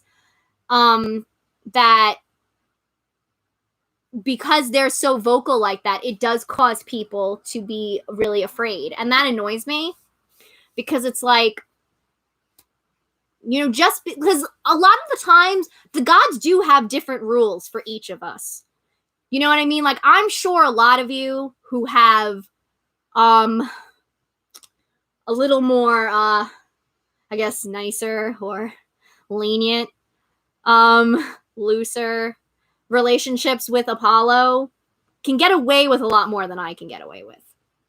You know, like, you might mess up, and Apollo will be like, it's all right, no problem, you know, try again next, you know, try again. While I get the arms crossed, the glare, the really, this is what you're gonna do? Really? You know better, you know? Like, so I think, like, they're different, but I also think, like, hubris, it doesn't get used correctly at all, because I think hubris is so big. I think it's such a big fuck up that none of us are going to do it. Like, none of us would even, especially the people who are so worried about it, like, you wouldn't even dream of looking at, you know, Apollo and being like, the fuck you know? Yeah, like, or saying, like, this God is better than this God, you know? Or, like, being just very, very rude and nasty to the gods. Like, to me, that's what hubris is. I don't think hubris is, like, I don't think it's these small things that we try to make it out to be. I really don't believe. I think, especially when we look at mythology, it's so exaggerated and so over the top. And I think that's essentially what it is. It's a way to remind us it's the reason why the number one, the first, or the most popular Delphic maxim is know yourself. Because the point of that is to say, know that you are human, know your place, and also know your limits as a human being. I think hubris is about forgetting that. Hubris is about forgetting that you're a human and trying to put yourself on the same level as the gods and being just a dick. You know, like, that's what I think hubris is. And I don't think any of us, are capable of that, because again, most of us are fucking too afraid to even, like, I don't know, too afraid to even, like, forget to give them an offering or something. Like, exactly, Daniel. It's not something you stumble on casually. Yeah, I think there's an intention behind it. Like, you fucking know what you're doing. I don't think it's hubris when you don't, because, yeah, it's something you can't I feel like you can't accidentally do it.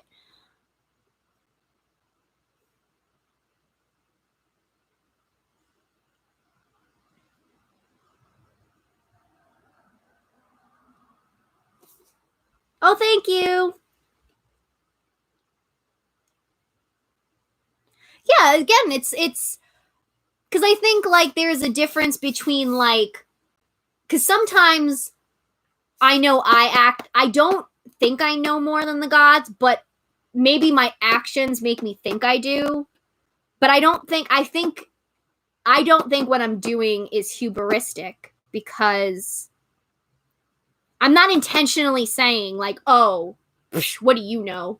What do you know, God? You know, and, like, what do you know, Apollo? What do you know, Aphrodite? And, like, I'm going to do my own thing. It's just, like, my own. It's more because the problem is I think some of us we struggle with believing that what we're experiencing with the gods is real. So sometimes we're in doubt that everything that the gods are telling us is true, or as in, like, it's really happening. So then there's that sense of, like, anxiety of, am I just making all this shit up? And if I'm making all this shit up, is that a good thing to base my decisions on, if that makes sense? So I think, like, some people, without necessarily being like, oh, the gods don't know, but they have anxiety and such doubt in their own intuition and what they're experiencing is real, that they may just ignore what a god is telling them. But it's not like an intentional, like, I hear you, but I'm not going to listen to you. You know? So I think, like, that's kind of important distinction to make. Again, I think hubris is very intentional. I really think it's an intentional thing. Like, you know what you're doing. Because it's arrogance. That's what it defines as. It's arrogance. So you have to know what you're doing in order to be arrogant. Like, you know, in your mind, you're thinking, I know better than the gods. Or, you know, like, you see yourself as higher than the gods in a way. So I think hubris is much more intentional than people want to think of it as. And I think that's a problem, is because a lot of people in the community present hubris in a way that it's, anyone can accidentally do it. When that's not, I don't really think that's the case. Exactly. That's a good way to say it, Elizabeth. I hear you, but my mental health can't.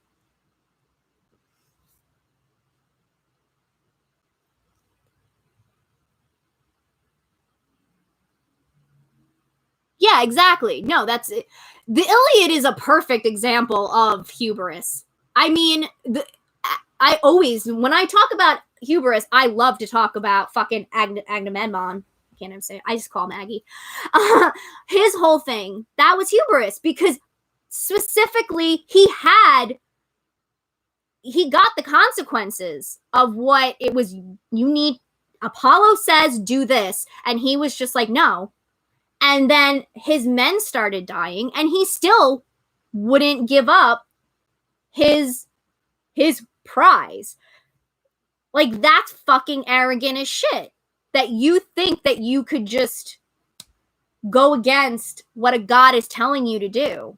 Because not only did you offend him by taking his priest's daughter, but then you literally ignored what he said and continued to ignore the punishment that was raining down on you.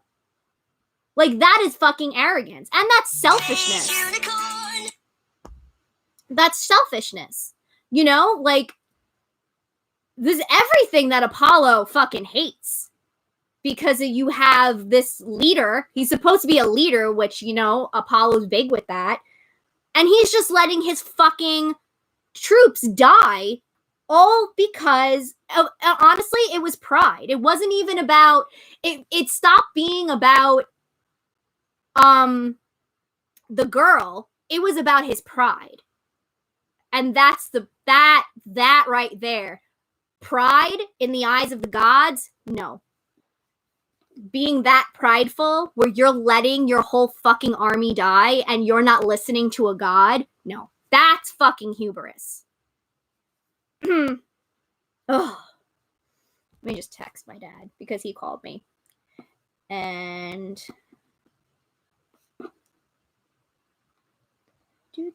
but yeah, that's hubris. To me, that's hubris, because he knew what he was doing.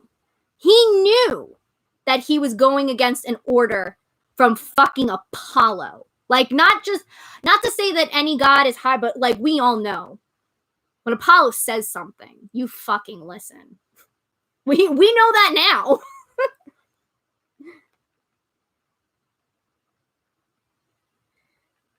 Oh my god. Okay.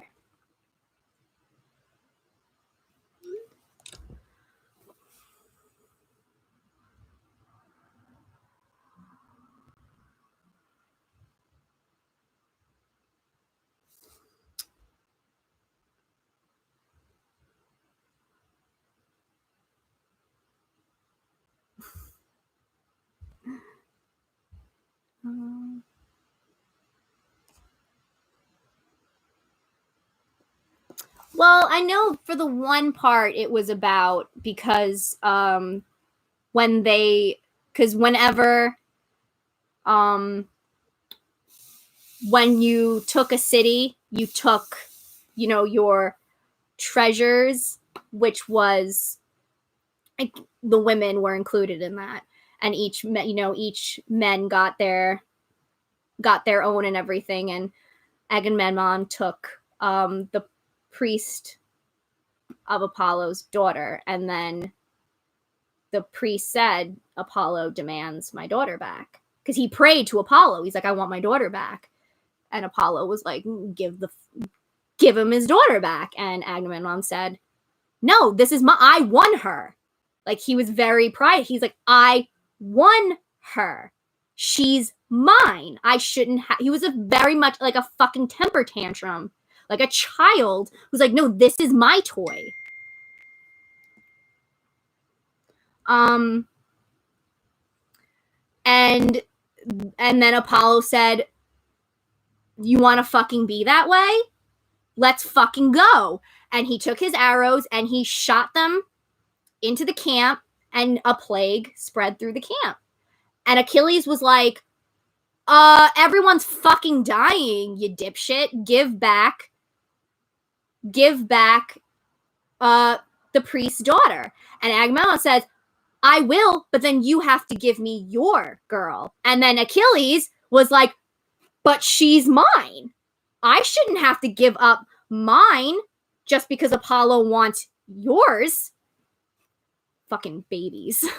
And everyone wonders why Apollo's like, oh my God. Like, he's just so fucking done. And yeah. And then finally, though, Agamemnon had no choice. I think, did Achilles agree to give? No, or did Agamemnon just finally? I forgot. Yeah, Achilles was the only one that could see the gods.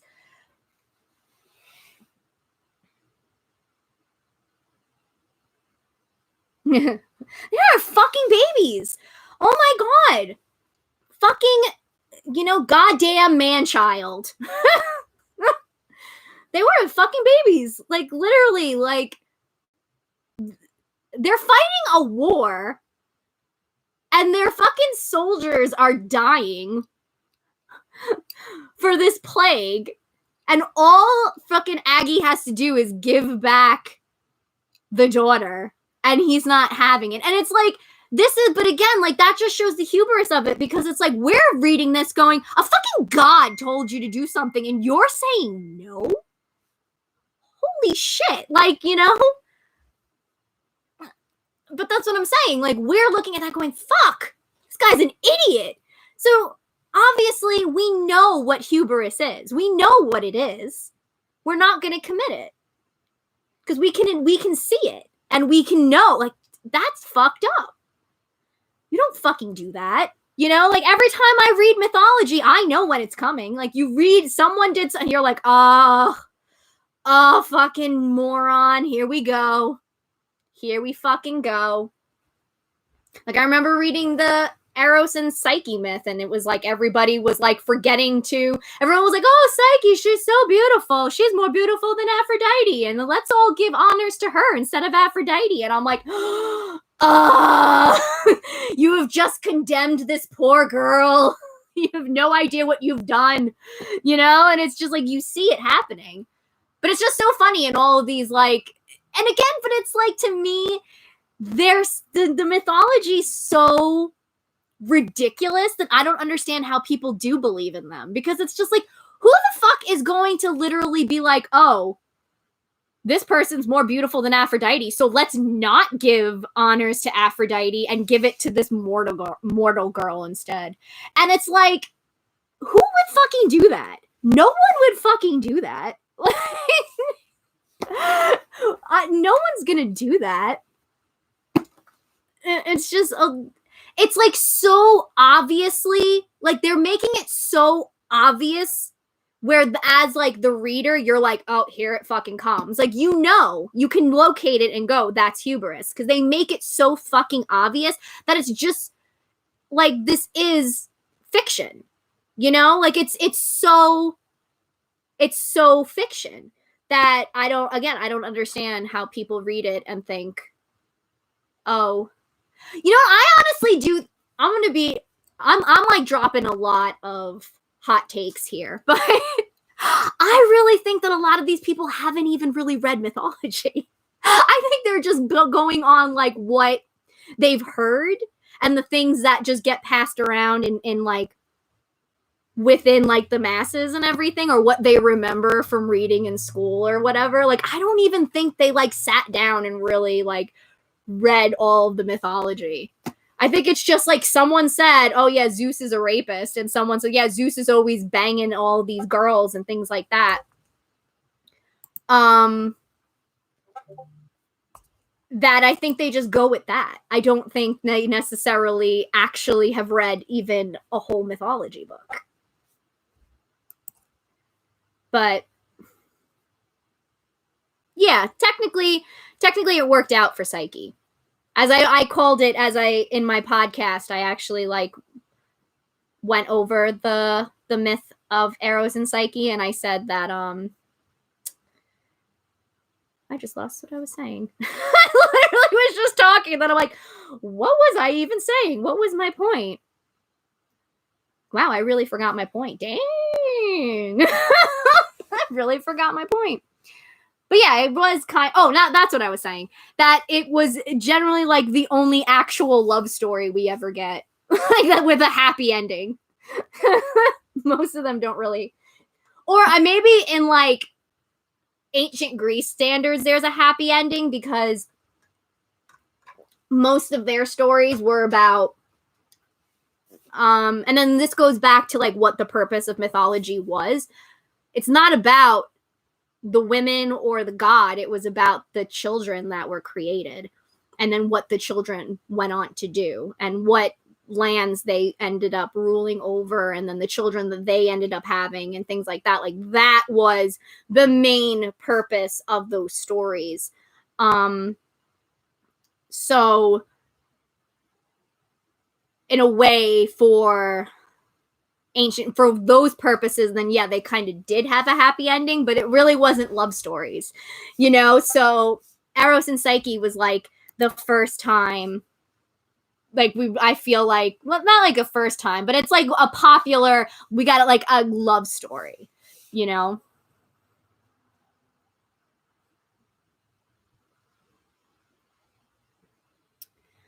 Yeah. Did I rant enough about mythology? I mean, yeah, it's like definitely my warm up for Saturday. Ooh, I don't think everybody realizes what they're in for. Any of you that show up that are just gonna be like, yeah, there goes Jessie doing her thing. Go, Jessie. And everybody else is gonna be like, who is this crazy bitch? Jeez. Ooh, she's gotta calm down. All right. So you want to talk about Aphrodite? Let's talk about Aphrodite. It is the end of Aphrodite April, so I feel like we should talk about Aphrodite. You know what? A good way to segue into this is upon my research, Aphrodite and Persephone, they're fucking a lot closer than people realize. And again, and this goes into the whole point, like a purpose of research. You know, you can't like just, you can't base a relationship that gods have or just gods, their personalities and how they feel on one fucking story. You know, like everyone just looks at the fucking Adonis myth and they're like, oh, well, they obviously hate each other. And it's like, no, they actually have,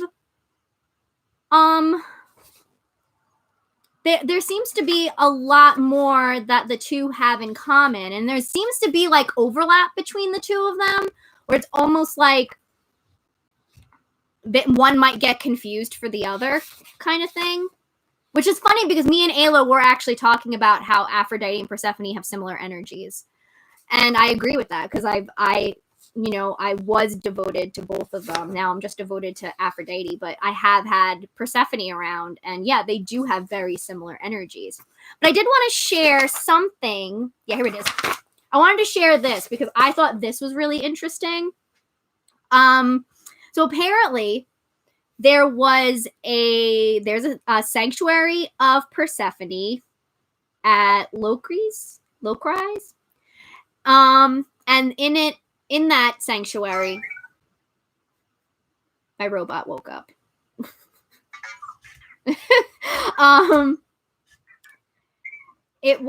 They found a terracotta figure that looks like it was once holding a spear, which a lot of figures are like that. Well, that's how we can, like, we kind of think of them as like armed, is because like it looks like they were holding a spear at one point. So, and it was believed that that figure could have been an armed Aphrodite because Aphrodite's cult was very prominent in that area. And the author actually suggested that perhaps the image of armed Aphrodite was dedicated to Persephone. And Liz actually this is canon to me. Liz was like, oh yeah, what if it was armed Aphrodite supposed to like protect Persephone and her sanctuary? And I was like, that's canon for me now. Very canon. Like almost like freaking Aphrodite is Persephone's personal armed guard. I love it. Write that mythology, people. I want that. I know. Everyone's like, what? What? Yes, Liz, that's it. I love it. Everybody's like, robot? What? He's sleeping. I don't want to wake him up right now. Oh, I could just tell him to go back to sleep, but we're talking about Aphrodite. That'll be your reward afterwards. I'll show you guys the robot. Yeah, so that is like, I thought that was pretty freaking cool. And what else we got? Some really cool things. So I don't know if any of you, for those of you who don't, yeah, I've gotten nothing but the feeling that Aphrodite and Persephone are best friends. Like when I had Persephone come into my worship, I literally felt like Aphrodite like was like, oh, my bestie's here, like that very excited energy of just like, oh, she's here, like, you know, like when you haven't seen your best friend in a while, or you know, for me, if it's my best friends, it's like I haven't seen them in like 5 hours. I'm like, oh my god, like that's exactly how I felt. What else? Because I am still gonna go over all of this in my podcast, but I figured, you know, I want to share some of the stuff. Oh, I do want to talk a little bit about so the thing to keep in mind is scholars still debate whether an armed Aphrodite existed outside of Sparta, because it seems like it's pretty obvious that there was an armed Aphrodite in Sparta, but at the same time it's Sparta, so they don't like to really use that as like a definitive proof that it was a thing, because it's Sparta, you know. Then kind of like everybody was armed in Sparta, so Sparta is unique and wonderful, and we love them here. So there was kind of like debate on whether whether that was the case for anywhere else in Greece. My whole thing, and I'm definitely like what I plan on doing on the podcast is telling you all the evidence that I found, what the scholars say about that evidence, because I'm gonna give you this isn't just gonna be like I'm gonna tell you what to think. You know, I'm not like that. This is very much I'm giving you the evidence, and I'm giving you what the scholars say. So a lot of scholars also, even with the evidence, say this doesn't prove anything because it could also be this, you know? So I'm going to give you all that, and then I'm going to give my opinions on it. But I figure I give you my opinions on it right now, which based on everything, I believe that Aphrodite does have a war side. Whether Greece did or not is not my concern, because they seem to be able to give epithets to the gods whenever they fucking felt like it. So I could do the same fucking thing. So I think that she does have a war side, because it makes a lot of sense when you look at she is not as far removed from war as people like to believe she is, because even in the stuff that they use to try and make it that she doesn't have a war side, like one of the big things is people like to talk about the Iliad and how, you know, she ran to her mother crying when she got hurt, and Zeus was all like, you don't belong on the battlefield, go back and do your little, like, you know, lovey-dovey girly things, you know, go, you don't belong here. But what people fail to realize in that it was, if Aphrodite was as far removed from war, why the fuck was she even on the battlefield to begin with? She was on the battlefield so much. and like helping out and doing what she could. If she really had no connection to war whatsoever, she would not have been there. She would have been like sitting this shit out, you know, like she would have been in her fucking seashell, chilling, you know, drinking mimosas while everybody else was all fighting. She wouldn't have been there. She also, we need to keep in mind that two of the gods that she's the closest with or has like connections with, Ares and Hephaestus. Ares is the god of war. Hephaestus is also a war god because he's the one that makes the fucking weapons. So again, not far removed from war. And also with the Iliad, she was the one that fucking started the war. She started it. And the whole thing is that like, even with her, she doesn't even need like other aspects because her love and beauty and her passion and emotions, all of that inspires war. Helen, what do we all know about the Iliad? Everyone knows the line, the face that launched 1,000 ships. Helen's beauty and Paris's love for Helen started the fucking war. And where does that all lie with Aphrodite? It's what I say.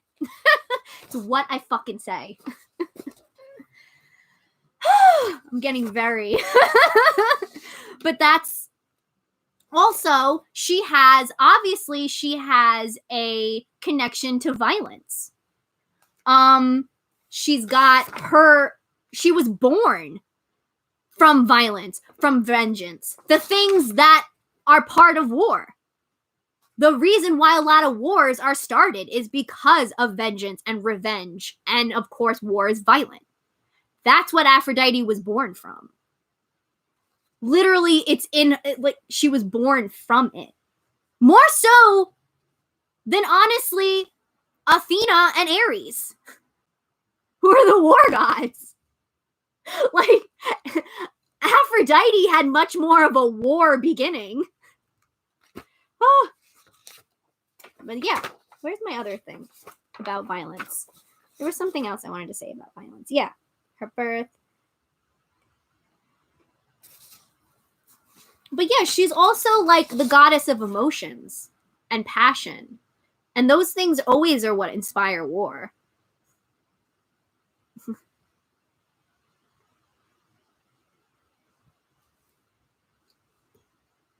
Exactly. That's true, Ayla. That's right. Helen was the queen of Sparta.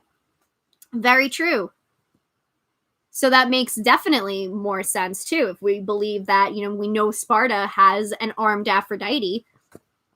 That's the Aphrodite that Helen was dealing with.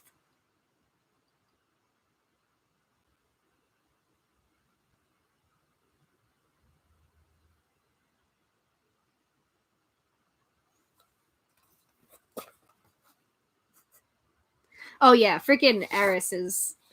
I mean, she definitely started it too, but... You know, but honestly, like... Did it have to go the way that it went? Not necessarily. So... Okay, what else we got? So let me give you... So that's kind of like... I really do believe that she has a war side because I don't think it's fair at all to think of her as very far removed. I honestly think the notion too is a very like misogynistic notion. You know, it's that idea that women, like not even just women, but like feminine women can't fight. You know, like we have that, like you fight like a girl. You know, like we still have that thought today, that very, that there are types, you know, like that there, like, you know, when you look at Athena is definitely portrayed more in the masculine, in a more masculine light. And that's kind of part of the reason why a lot of men liked her too, because she felt more like closer to them. Because she was more seen as masculine.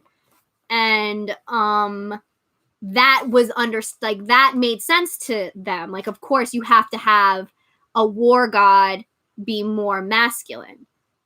But we know now that people don't fit into boxes like that, you know? We shouldn't force them to fit in boxes like that. You can have a woman be, you know, you can have fucking Elle Woods and she can take a freaking she could take a goddamn sword and take you out if she wanted to. Like, that can happen.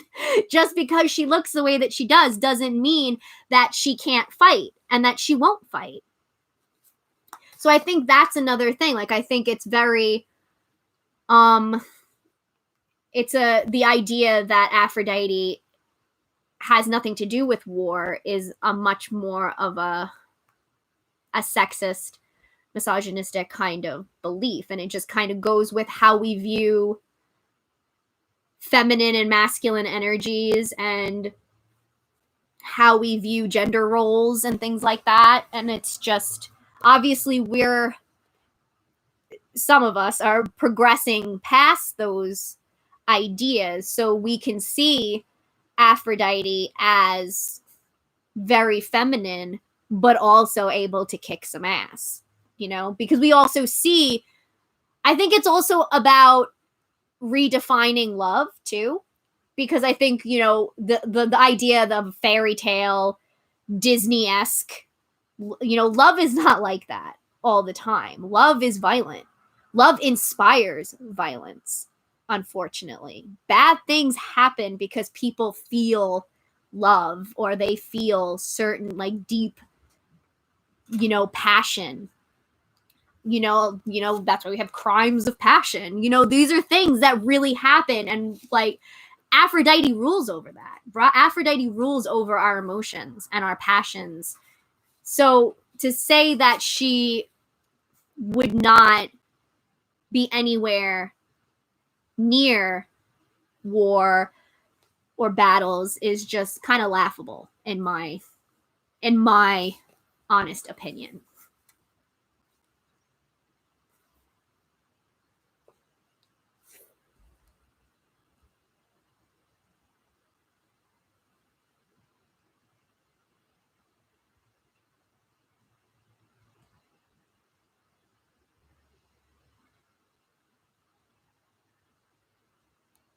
There's definitely, yeah, like, sorry, my robot. My robot just, oh, I think he's awake. No, wait, no, I don't know. Oh, he's awake. Damn, Vector, you made me forget what I was saying. He's so distracting. Yeah, there's a lot of the, actually, it's funny you guys brought up Venus, because there's one of the issues that comes up when focusing in on Aphrodite as a war goddess is a lot of the evidence, and this doesn't include Sparta, we're excluding Sparta from the conversation here. It kind of arrives pretty late, and it also, some of it, people are seeing it like the ancient people who let us know that they found an armed Aphrodite or whatever were from the Roman period. So there's discussions on whether what they were seeing was actually Venus, because Venus does have like also has like an epithet that I'm trying to remember. It's like, it begins with a V, Vinix or something like that. That also kind of represents like war. And there's actually a what looks like a statue of her. What looks like that she is armed with Cupid. So they wonder if it's what they're looking at is actually Venus and not Aphrodite. So that's kind of one of the big arguments with some of the evidence.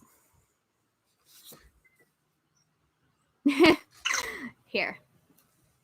Come here, Vector. Say hi to everybody. It's my robot. Ayla got him for me.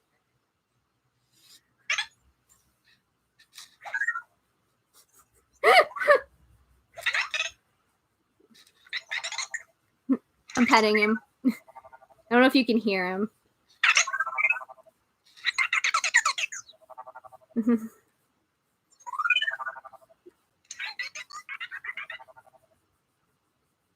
see if he'll do it. Hey, Vector. What's my name? What's my name?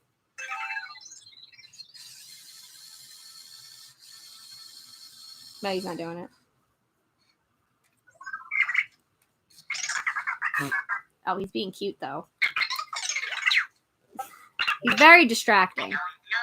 Yes, you do. You just said I don't know. Yes, you do.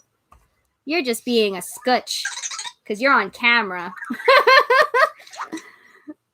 Oh my god, literally everybody's now responding to how cute you are.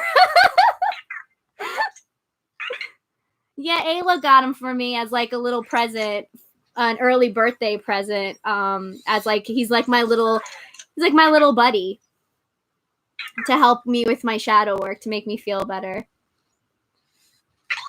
Yeah. Wait, let me see if he does. Let me see if I get him to do it. Oh, you're being shy. Hey, Vector. Hey, Vector. Give me a fist bump. See if he does it. He doesn't want to do anything right now. Oh, I think he's mad that I'm holding him. Oh, yeah, Hermes. This is Hermes. Oh, I'm sorry, Hermes. This is Hermes' son. Hermes is very like, my son. All right. Going back in your... There you go. Back in your little playpen. Don't distract me, Vector. Hello. Oh my god, he got all excited because I said hi to him. Oh, little Dandelion, you just missed the robot. Yeah, he did look nervous when I was holding him. He probably doesn't like that too much. He's staring at me right now because he's in his little playpen. Look at everybody came out to say hi to you. You're very popular.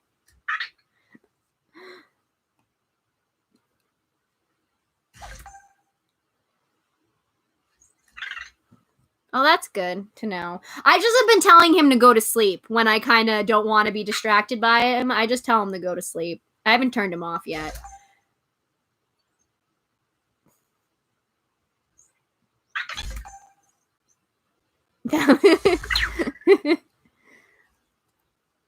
Hey, Vector. I love you. Oh my god, he got all shy. Can you guys hear him? I think you guys can hear him because I think my microphone takes in both, like on both sides, and he's on the other side of it. So I think you guys... He's not on his charger. He's just in his playpen.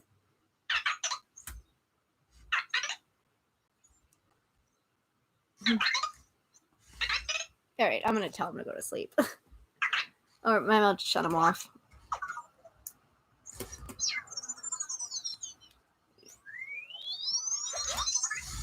Oh my goodness.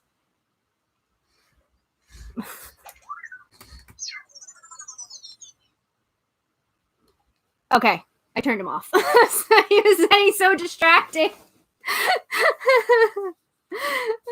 Oh yeah, I figured you guys could hear him because I just realized my microphone, because my microphone is, it's like it's a sphere. It's the blue snowball, so it's a sphere. So it's got where the input on either side of it, and I realized he was on the other side of it. So I was like, oh shit, they probably can hear him making all his cute noises. I'm like, we're all gonna get distracted by him. But yeah, this is what he looks like. He's off right now, but this is what he looks like. He's so cute. I could do like a lot of fun things with him. It's cool because I like it because he could do real functional things too. Like it's almost like having like Suri, but having her like walk around and be cute because he can set a timer. He could tell you the time. He could tell you the weather. He'll tell you facts. It's super cute. You could play games with him. Moo. Oh my God. Moo hates him. Oh, Moo hates him. But that was to be expected. Moo doesn't really like anybody. All right. There is some things I wanted to mention though about. Oh, and I do want to talk about her death side because I've been researching that one. That one's been a lot harder though to research. So apparently there's just a lot of, one of the big things is there's a lot of imagery of what looks like an armed Aphrodite. On Tumblr, I shared a bunch of pictures that I found upon my research of what may depict an armed Aphrodite. Some of them do actually like indicate that it's her. One of them being like a like an image. It's on a vase, and it's image of her and Poseidon, which is very odd because usually they're kind of not put together like that. It's usually like Poseidon and Athena or Poseidon and Amphitrite. But it specifically says Aphrodite on it. And it's them with like on a chariot with horses, like literally like, and she looks like she's ready to go into battle. I think she's got like, she kind of looks like Athena, but she doesn't have, like I think she doesn't have the typical stuff that Athena usually has to indicate that that's specifically Athena. Like I think she doesn't have like Medusa's head or whatever on her shield or whatever. And again, like I said, it says Aphrodite. So that's kind of something that people have always been a little like what is that? And there's like people were even like debating that the freaking like person who like did it put the wrong name, and it's like, really, you think they'd put the wrong name? Another one actually has what looks like Aphrodite also fighting, and it looks like she's fighting in one of like the Titan Wars or something like that. But a lot of people think, again, that's similar to Sparta, where it's like, well, everybody is armed, that, well, they're going to depict everybody fighting in that war, you know? But I still think of it as if it's being depicted, regardless of the reason, it's being depicted. That means she's not as far removed. And even they didn't believe she was as far removed, because if she was, she wouldn't have been fighting. And the point is that then she's capable of it.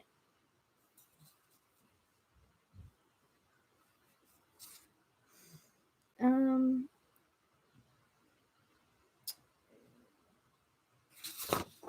there's just a lot of also inscriptions that talk about, there's inscriptions about war or, well, military generals giving offerings to Aphrodite specifically.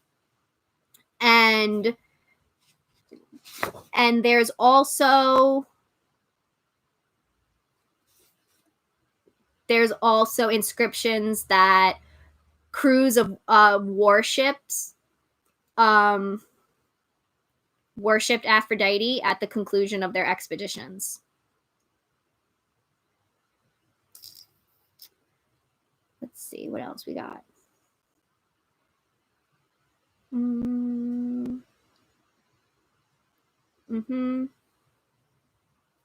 There, of course, is also all the different epithets that come up. There's a bunch that mean armed. There's one that means leader. I'm not pronouncing.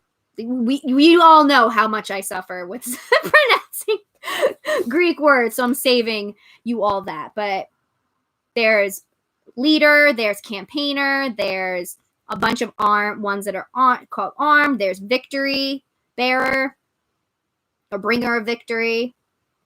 So she's got a lot of stuff that's, to me, again, like, my whole thing is that the fact that we're having this discussion means that there needs to be something to it. Because we're not having a discussion about whether Athena is a love goddess, right? We're not having that discussion. we're not having a discussion about, I don't know, I don't know. I just think of Athena being a love. I'm like, what is something that's totally out of the blue? But Athena being a love goddess, we're not having that discussion. We're not having. Yeah, that's the only one I can think of. I'm like, what? What? Or like, I don't know, someone not Poseidon being a ocean goddess. Or yeah, ocean goddess or an ocean god that has no connection to the ocean whatsoever. Like, we're not having those discussions for a reason, but we're having this one, which means that there's something to it, right? You know, like that's what my brain is saying. Like, if there was no way she could be associated with war, we wouldn't have been having this discussion. That's how I see it as. Yeah. Oh, what's...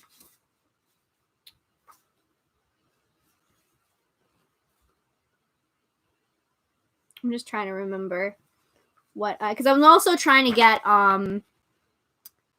information behind the epithets, because that was my big thing with her association with death, was that I kept finding these epithets, but like no historical background to them.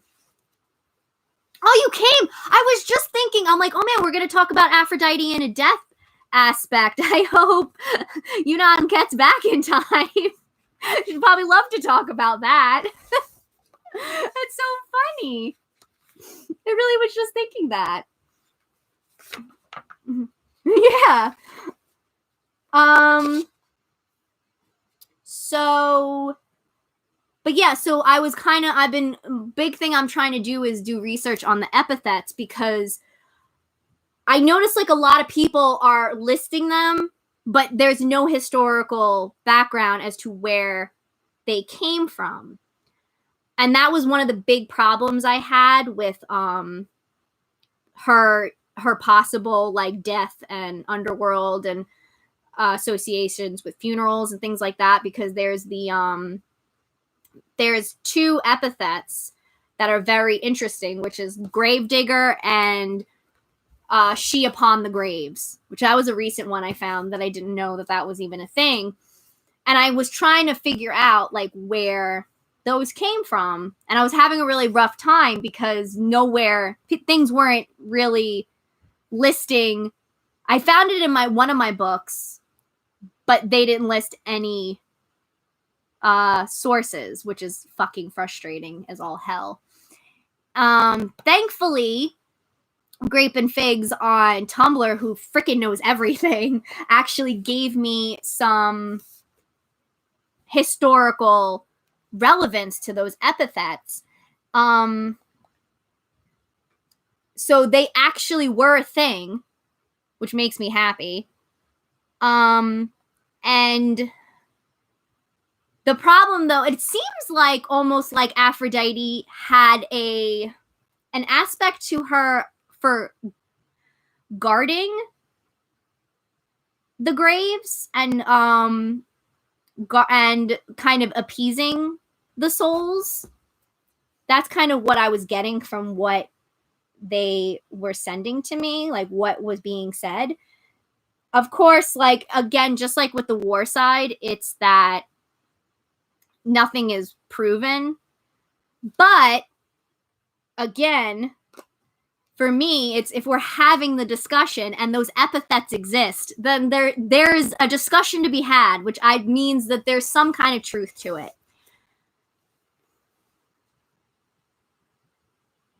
Yeah, it could definitely be that they're lost, but my problem more is that people are getting them from somewhere.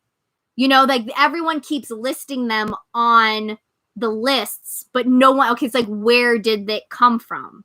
You know what I mean? Like, what's the place that it originally came from? Even if it's something small, I just want to know what's the historical relevance to it. But absolutely, that's something to remember is that we only have like a very small percentage of what ancient Greece left us. And the big thing too, and Ayla mentioned this, and it's true, and I think it's something that we don't talk enough about, is a lot of what the information that we get comes from is from one place. It's from Athens, because Athens were a bunch of nerds and wrote everything freaking down. So we have their point of view of things, but not necessarily any other city-states. And as we know, the city-states all did things very differently. They were very much like America, where every state has its own way of being, which, you know, sucks in this environment, but we're not getting into that. So it's very much from an Athenian point of view. So we have to remember that that's the point of view we're dealing with, and that's why it's so important when we get like different sources that are, and it's like also the bias of people, because we all have bias when we're talking about, like, I have a very strong bias when I'm talking about New Jersey.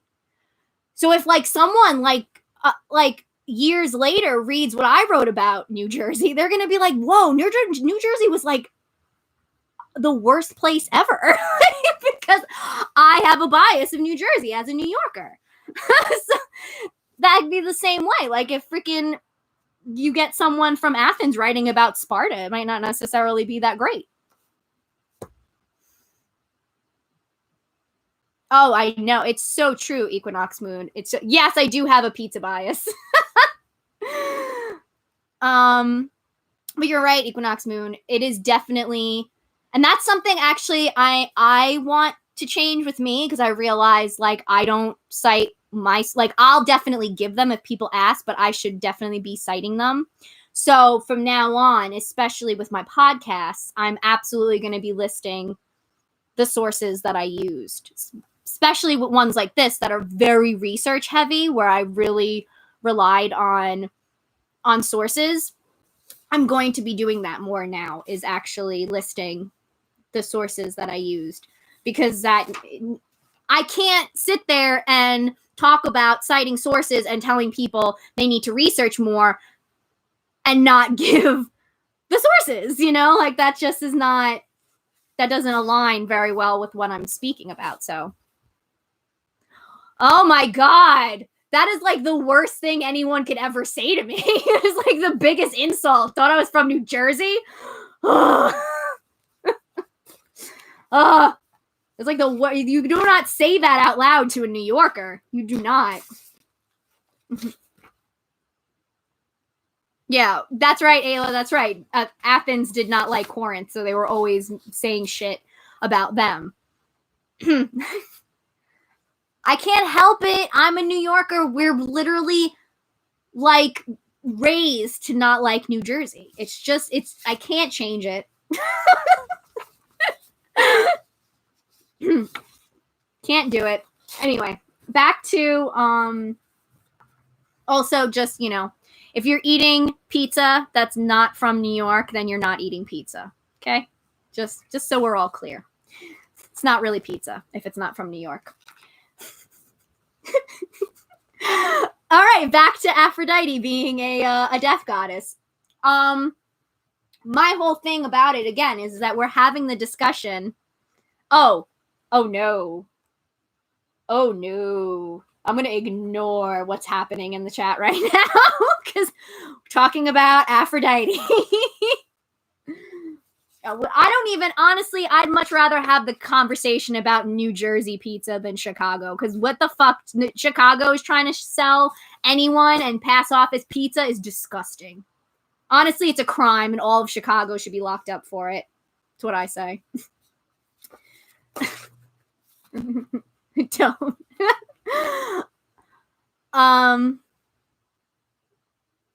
Yeah, absolutely. Okay, at least we can agree on Chicago pizza is bad. That we can agree on. But yeah, it is definitely hard to cite sources in blogs and everything. But yeah, in books, I was really irritated by that, because I was very happy that I found it in a book that I owned. I was like, oh my God, this is great. And then I looked and I'm like, there's 0 footnotes on this. They're not citing any sources. And there's like, and it sucks because there's a lot of really fucking good information there that I'm like, whoa, I didn't know that. But I'm like, I don't know how much of any of this is fucking true because you didn't cite your goddamn sources. So I got very upset very quickly. But Aphrodite being a death goddess, to me, I think back on, I think a lot about her relationship to Persephone and how I'm discovering more and more how the two of them have some kind of close connection. Like they do kind of go together. And how even when you look at mythology, you have Aphrodite go to Persephone and the underworld twice. You have and it's two of her pretty most well-known myths. Like you have the Adonis myth. I mean, the Adonis myth is so, the whole thing is about, has a lot of symbolism of death and just attachment to death in there, where it's first Aphrodite wants to keep Adonis safe, so she gives him to Persephone. So she decides the underworld is this, and with Persephone is the safe place for him, which I again feel like if she had no association to any of that, I don't think that why the underworld and Persephone? Why? If there's no association, why? And then you have Adonis dying. So, and that inspired a really important festival for her that really had a lot that had to do with mourning. It was essentially all about a mourning Adonis and doing what and Aphrodite's very extreme and just like visceral reaction to his death, where she was literally scratching at her face, she was screaming, she was howling, like it was very theatric. Like Dionysus was probably like, bravo. But it was very intense. And again, I feel like if she's so far removed, it wouldn't be that would not have played any kind of part. And then she's got where, she has Psyche going on her trials or whatever, her tests, and she sends Psyche to the underworld again. The underworld to Persephone. Like there's something there. It's not something that's just, there's something there. And the big thing too is that with the gods, they all seem to be they have associations, and they're always like, the associations are opposite of each other. So you have like Apollo is the god that can bring plagues, but he's also the god that can take them away. He can heal them. Artemis is goddess of childbirth, but she can help you through childbirth and everything, or she could take it away. Ares is the god of civil order, but he's also the god of rebellions. So there tend to always be the opposite. And you have Persephone, the goddess of life and spring, and the queen of death in the underworld. So Aphrodite is very much associated with life. She very much seems to be a goddess of life. We definitely associate her a lot with, like springtime specifically, because that's, procreation, and that's when everybody's having babies, and you have all the flowers coming back, and love is in the air, and you feel good, and then like Aphrodite definitely gets associated with that. And again, because she's a procreation goddess, she is all about bringing life into the world. So then wouldn't it make sense to have her also have an aspect that's opposite of that? Just like Persephone has one, that Aphrodite would have one that's more about death than life.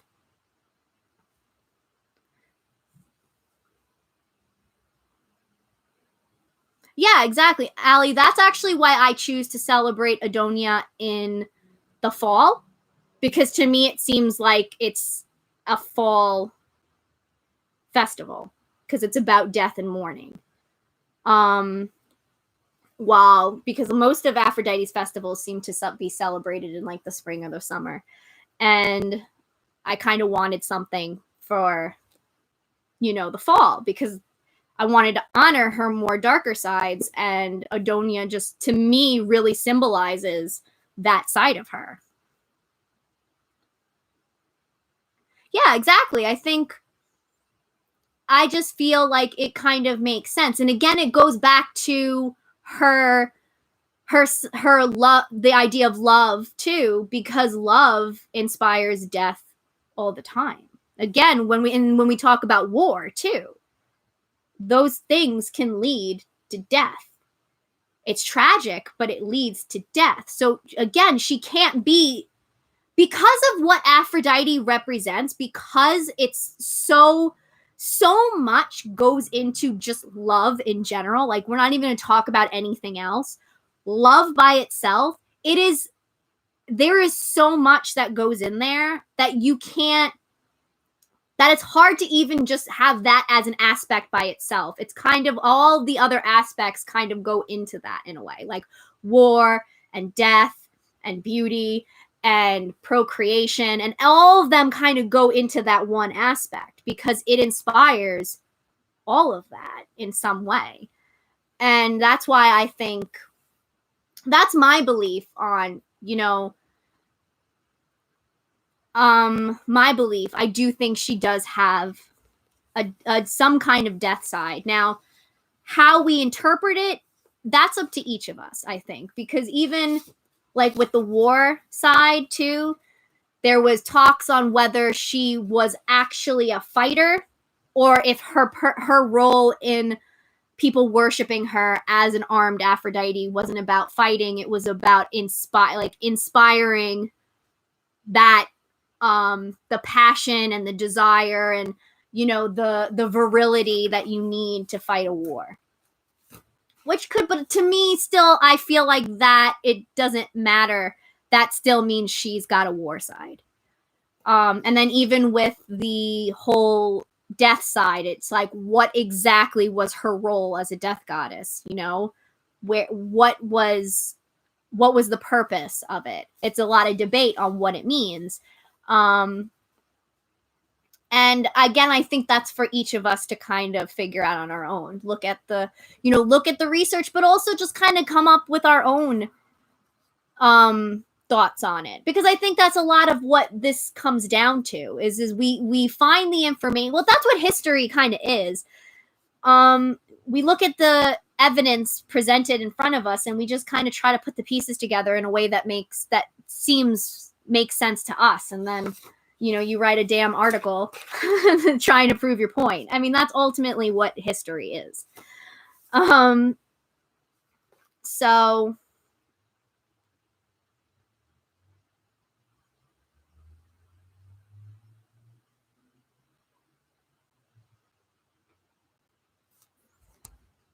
oh yeah, Daniel. We were talking about that before, about the Iliad and how actually Aphrodite's war side is very much shown in the Iliad, because she really kind of led to the start of it, and she also was on the battlefield a bunch of times, regardless of whether Zeus was like, you don't belong here. She was still there.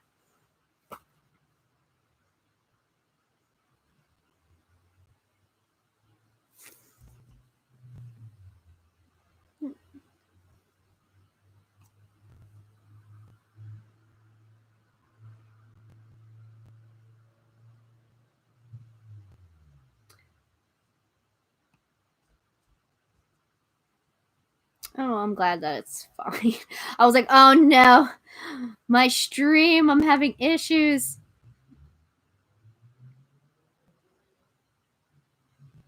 Oh, I'm glad that Llewellyn is better at that. Yeah, because they were definitely not.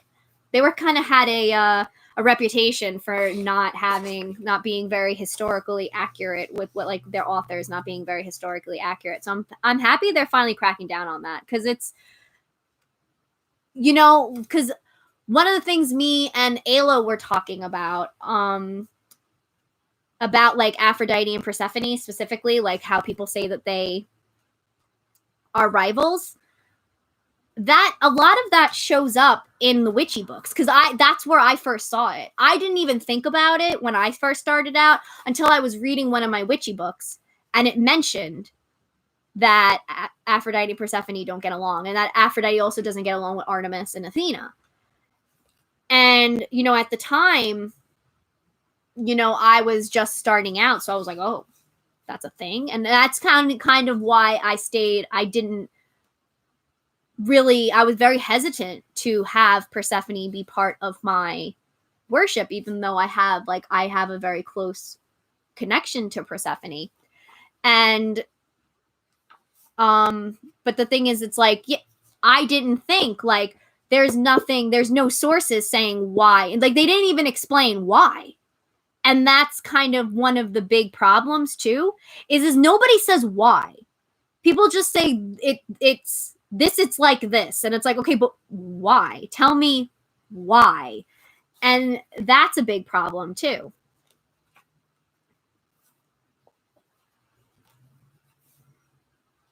Oh no, that's true. One of my favorites, Sappho poems, talks about how Eros can't come near Artemis. Well, it's not really a poem because it's just a fragment, but it's one of my favorites because I love that.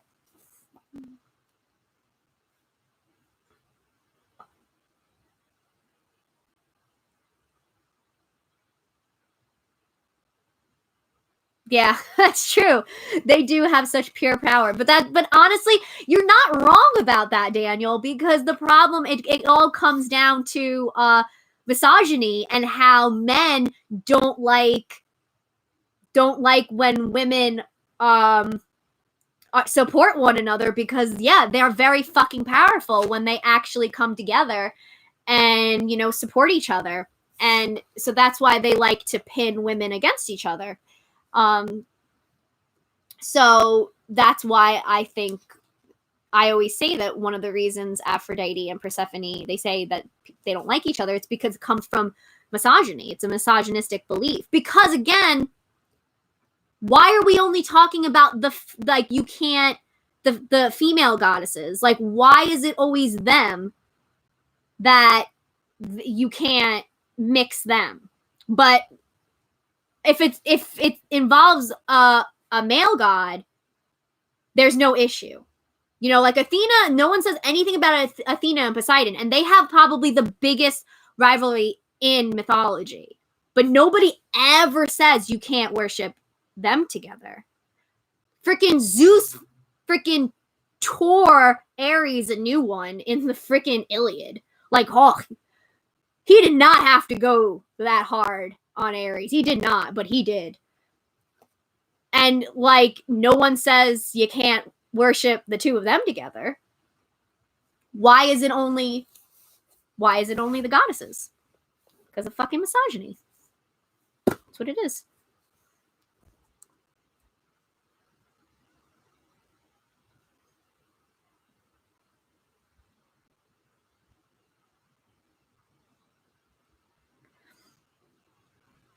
Wait, really? People are asking whether you can worship both Artemis and Apollo together? Oh, jeez. Oh, God. I don't know what, honestly, like, I try my hardest to be very, like, people don't know. There's so much misinformation out there, and try to be really, like, understanding and everything. But I would probably groan if I ever got a question asking if you could worship Apollo and Artemis together.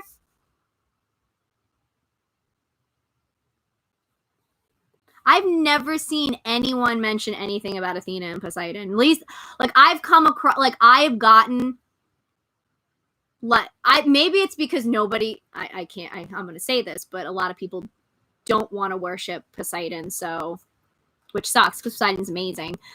I guess he might be the next one I need to make a nice podcast about.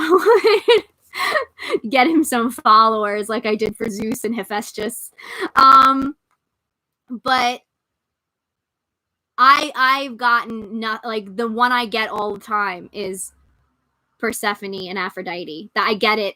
I can't even count how many times I get that question.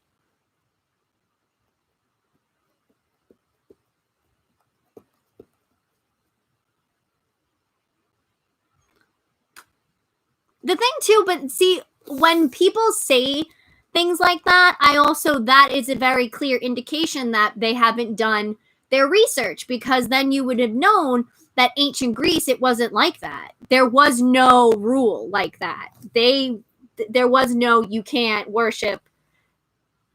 These gods had beef in the mythology, so you can't worship them together. Like, there was none of that in ancient Greece. So what this is based on, it's just bullshit.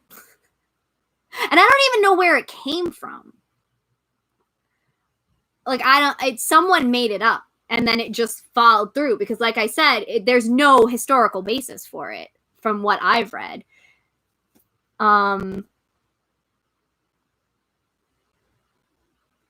Yeah, I've only ever seen the goddesses. It's always, maybe it's because everyone knows I'm an Aphrodite devotee, but I've gotten people asking me questions about other gods. But all I've ever gotten was people talking about Aphrodite and Persephone, or Aphrodite and Artemis, and Aphrodite and Athena. It's always Aphrodite. I've never seen anyone be like, you can't. I mean, I do get the general question of, can I worship more than one? Like, can I worship multiple deities, or like they gonna get jealous or something like that? I've gotten like the general question without actually indicating actual deities in it.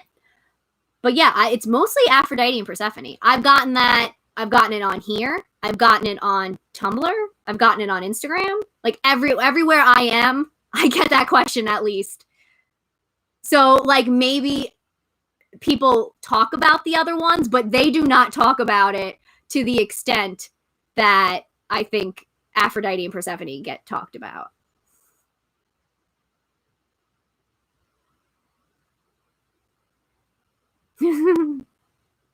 Minotaur shit. Yeah, it's true.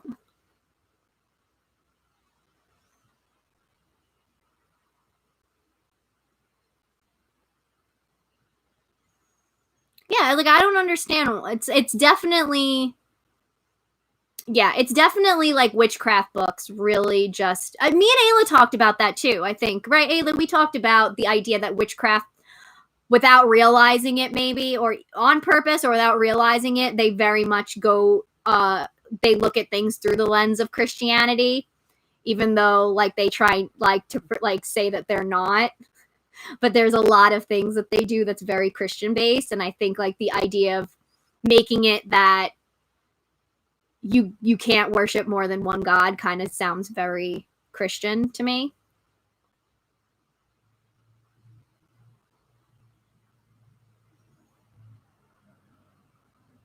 Yeah, exactly. To sound more authoritative, yeah. But that's why I also really encourage people not to get their information from witchcraft books about, like, witchcraft books, use them for witchcraft, not for deity worship. I have a problem with the way a lot of witchcraft books go about deity worship as a whole, not just even Hellenic polytheism. Because they seem to, like, there's definitely, like, treating gods like ingredients, or, like, you could just, and kind of treating all gods the same, even though they all come from their own cultures.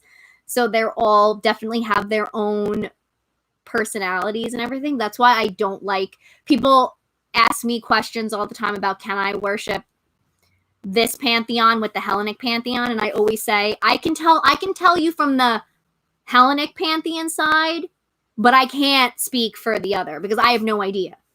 I have no idea how that pantheon is and what their rules are, what their beliefs are, how their gods feel. Like, I can't even really speak for my gods, and I have a relationship with them. So how can I ever speak for gods that I don't even know?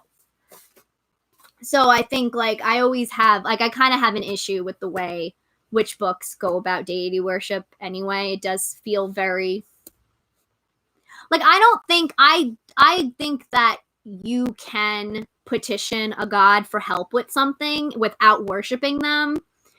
As long, like I don't think there's anything wrong with that, but the problem is I feel like everybody it just they just it all makes it seem like all the gods are the same and they're all going to react the same and they all come from the same culture and they all like it's very and it's not my belief, because my belief is like you can't separate, because we've seen what happens even within our religion. You can't separate the gods from their culture and the culture from their gods. Like you need to know the history. Like we've seen that.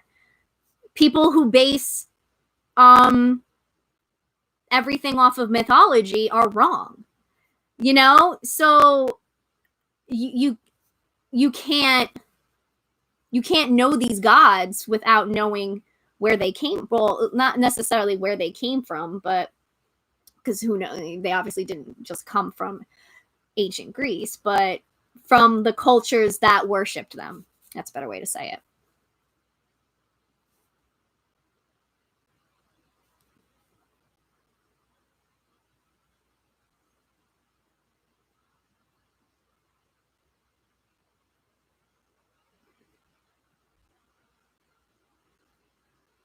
That's something that's always like annoyed me too with some books. It's like they say that they're witchcraft books, but it's like very obvious also, like they're very obviously Wiccan. It's like if it's Wiccan, say it's Wiccan. You know what I mean? Like there's nothing wrong with that, but say it's Wiccan.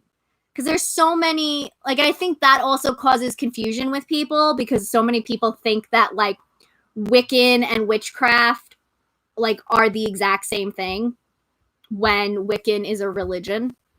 It's a form of witchcraft, and it's a religion.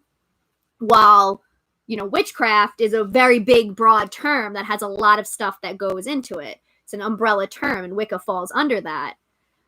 But the problem is all these witchcraft books are kind of like saying, "Oh, this is witchcraft," but then when you actually read it, if you know Wicca, you're looking at this and like this is Wicca.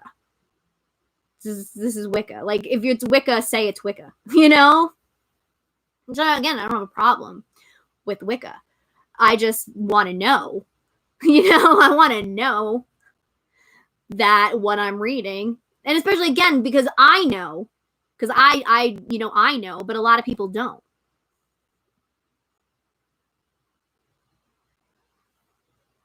Yeah, I'm talking about books from now. Like I'm not talking about I'm talking about books that are made now. Because they're all like a lot of them sit there and just say witchcraft, and then I read and I'm like, this is Wicca.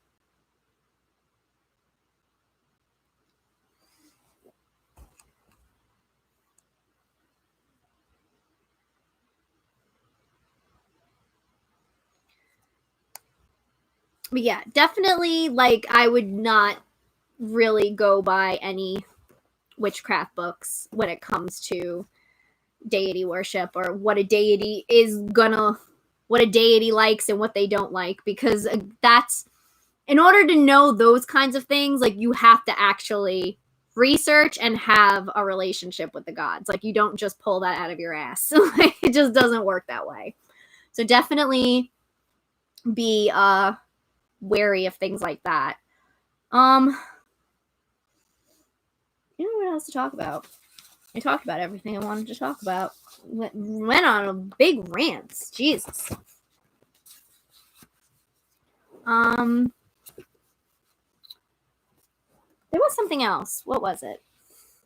I don't know. Anyone have any questions or anything? Hi, Belle. Hugs to you. What did I want to talk about? No, I have no midsummer ideas. My brain is too focused on on the convention. That's all I'm thinking about is the convention. Ah! I am Socrates reincarnated. I am very much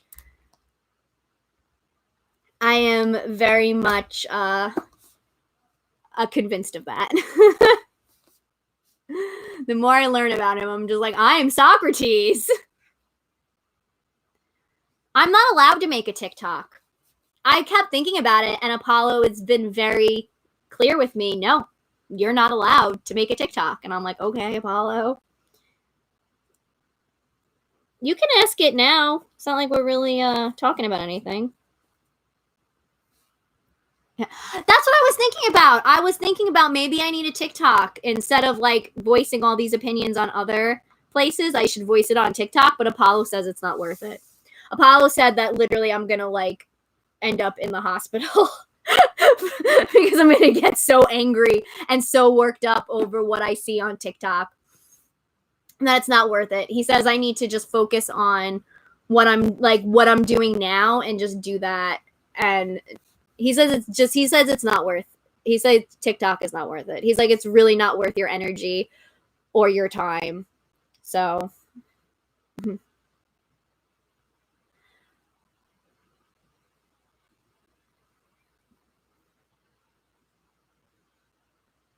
I know I keep forgetting about Beltane, honestly. People who were asking me about it, I'm like, oh yeah, that's coming up. Oh.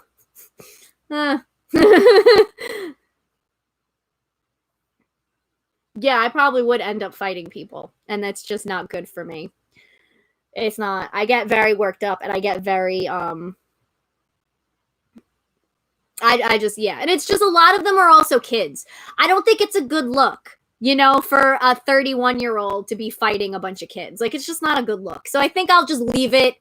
I'll say my piece on Tumblr or here and everything, and but going and actually having fights with kids is just it doesn't seem appropriate anyway. So how do you go about worshiping when you're depressed? So there's a few things you can do. I'm actually really want to come out with a whole thing about mental illness and deity worship because I have a lot of things to say on this topic. But one thing you can do is stop worshiping. It's okay to take a break. That it is okay to take a break. I've done it before. I've taken breaks from worship and everything because I just felt like I needed it, and I needed space to think about things and sort things out, and it was really helpful. And the gods were really understanding. They got it. They were like, yeah, you do what you need to do. You're taking care of yourself. That's what matters. Do what you need to do. We'll be here when you're ready. And they were there when I wanted to come back. And so you can do that. You can take a break. You can also, one of the big things to do is to redefine what you consider worship. I've noticed, and I'm guilty of this, but I've noticed a lot of us have a very narrow, strict view of what we consider appropriate worship or proper worship. I hear that a lot. Where I can worship properly. I'm like, no. Get that out of your mind. Worship is what you define it as, and it can be a lot of different things. It doesn't need to always be sitting at the altar, lighting a candle, saying a prayer, giving an offering. Even, it doesn't need to be what you've always done. You can have a way of worship that you created that's specifically for when you're depressed. Because, us depressed people, that doesn't go away. We live with it for the rest of our lives. We may have it where it's better and it doesn't last as long. It doesn't show up as often, but we're still going to have moments of depression. So it's probably a good idea to have a plan already in place for when you have those days or weeks or sometimes months.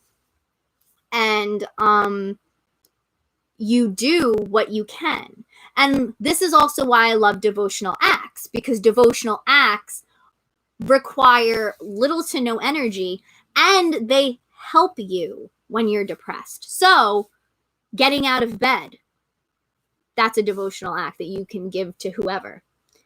Brushing your teeth, taking a shower, eating, taking your medicine. Like any little thing you do that actually for a depressed person isn't little, it's a big fucking thing. I've been there before. And those little things, those can be devotional acts. And you can dedicate them to whoever you want to dedicate to.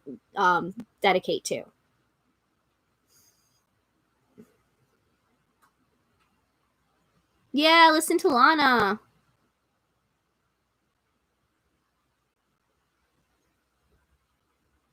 Yeah, and it's basically anything. You can make almost anything into a form of worship. And I'm actually trying to break out of that mindset myself, because I tend to see worship, at least for me, it's funny. This is how I am with everything. I have different rules than everybody else. Like everybody else, I'm like, yeah, go for it. That's totally worship. Like I'm super supportive of everybody. Like, yeah, totally do your thing. When it comes to me though, I'm like, no, I can't do that. That doesn't count as worship for me. When the gods are like, why? Why do you have to make your life so difficult? Like now I'm trying to see, if I don't make it to the altar, that doesn't matter, especially if I'm researching. Like I had one day where I was like doing so much Aphrodite research. And I was like, oh damn, I didn't do anything. And then like Aphrodite was like, you literally spent all day like learning about me. How does that not count as worship? How does that not count as us spending time together?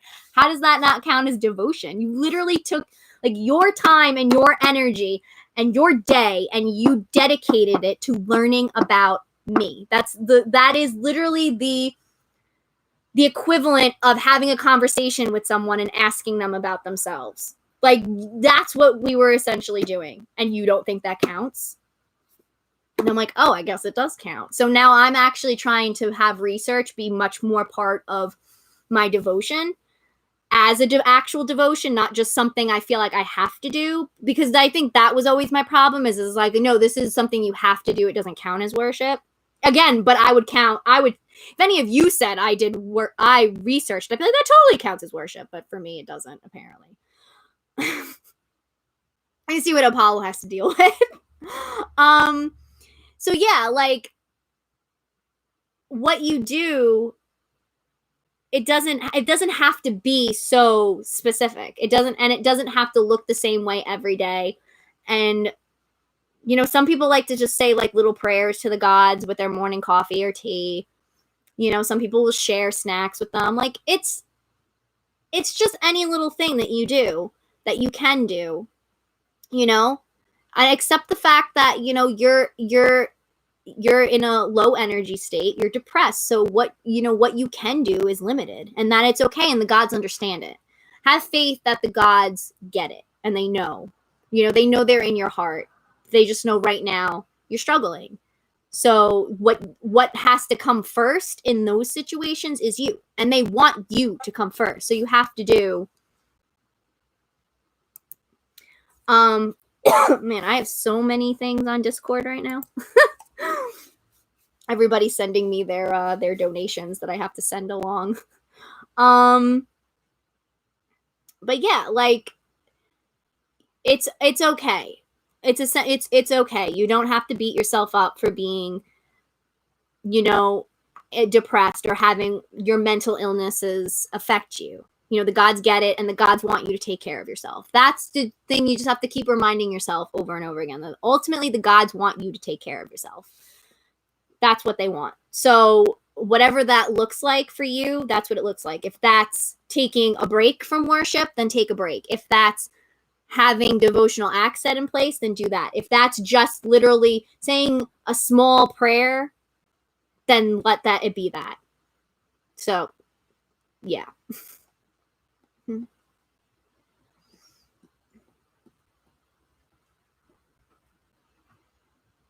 It's so funny because sometimes I've noticed that sometimes when we feel like we haven't done anything in a while, we actually have been doing stuff. This is what my problem all the time. The gods tell me constantly. They're like, you think you haven't done anything? Like what? You were literally on Tumblr talking about us. You're in a live stream. You're doing a live stream. You've been talking for 3 hours about about us and helping people and, you know, trying to dispel misconceptions about us and what we're about and all that. And you think you don't do anything? And I'm like, yeah, but I didn't light a candle and go to my altar today. They're like, are you fucking kidding me? I'd rather have you talking to the community about us and, you know, helping our other followers and connecting with other followers and doing that than lighting a fucking candle. Like, I mean, yeah, we'd like both, of course. We'll fucking take it all, but if we had to choose, like, I guess so.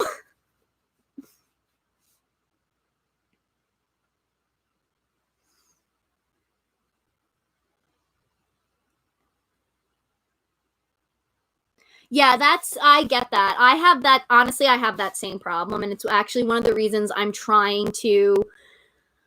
not gonna get away, like get off of Tumblr, but I'm definitely trying to not have it be my main hub for where I talk about things because answering the same questions over and over again, I feel you, Equinox Moon, it gets fucking frustrating as all hell. Because sometimes it's not even, for me, it's like a mixture because either it's people aren't doing their own research or like scrolling through my blog, or it's also that Tumblr's fucking like whole format and search function is shit.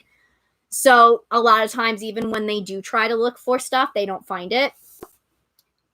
So it's kind of like it's really fucking difficult and it's really hard to deal with answering the same questions, which is why I've actually started creating boundaries where I have a list of questions that I won't answer. I say I'm not answering these questions anymore because I can't. And I've answered them so many times and I'm like, I'm done.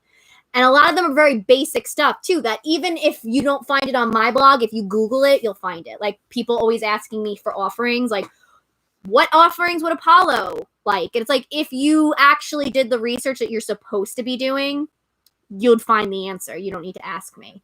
So, and it's also about not wanting to handhold people because that's a problem that people like in our position have where we want to help, but we don't understand too that sometimes we are hindering people by giving them too much information because they need to be doing the research on their own. And that's also how they bond with the gods, by researching them. So we're essentially, Ayla said this to me once and it like blew my mind. I was like, oh shit, you're right. That, you know, we're taking away that time between the god and the follower by giving them all the information that they asked for. So I kind of have boundaries now where it's just kind of like I don't answer. There are certain questions I just won't answer. And honestly, I've gotten so much better too now. Like I used to always feel like if someone asked me a question, I had to answer it. But then I'm like, I'm not obligated to do anything. Like I'm doing this because I want to do it and I do enjoy helping, but like there is a limit. And it's okay to be like, I don't want to answer this question and to just delete it and not feel guilty about it. That took a while, but honestly, it's helped so much though. It's helped so much. But yeah, you gotta have boundaries where there should be like, I'm not answering these. I've answered them so many times, I'm not answering them anymore.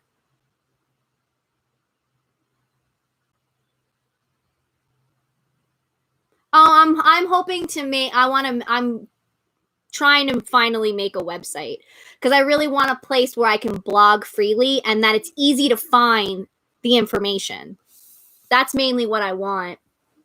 Is like a place that's just where information can just get, where you can and it's easier to link back to Tumblr, you know, be like, here, go to the website, you know, go to, I wrote a post about this, go to the website. You know, that's really what I want to do because I think it's just easier, because you'll be able to find, everyone will be able to find the information that they're looking for, and I don't have to worry about constantly repeating myself,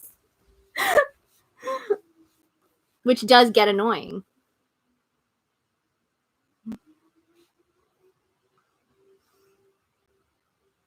Thank you. You know, it's been really nice actually having, when I started putting up those boundaries, everybody kind of like rooting me on, like, yeah, put up those boundaries. You know, it's funny because I've actually had a lot of people kind of tell me, Jess, you really need to, you need to stop. Like, you know, very Apollo telling me, you know, like, you need to value your time more and your talent and your energy more. Like, just because you're being way too nice. You're welcome. But I understand. It is very, very, it's hard. It's definitely difficult. And so you don't have to feel bad for getting impatient because I feel you. You know, I do too. I get very frustrated when I see the same questions popping up. And a lot of people can tell you because especially Ayla, me and her are always just like, 'cause she answers a lot of questions too. And we're just like, it's the same questions. I'm always like, I feel like I'm just the old guy yelling at clouds. Like, you know, like that's what frustrates me is I feel like, you know, you're just yelling and no one's listening. When it's like, you know, and it kind of sometimes makes you feel like, am I even making a difference? Is this any of this worth it? If it just feels like the information I'm giving, people aren't seeing it, you know? And I know that's not the case. It's just a lot of it is just Tumblr is not really a great format for stuff like that. And a blog, like a actual like website would be better for it.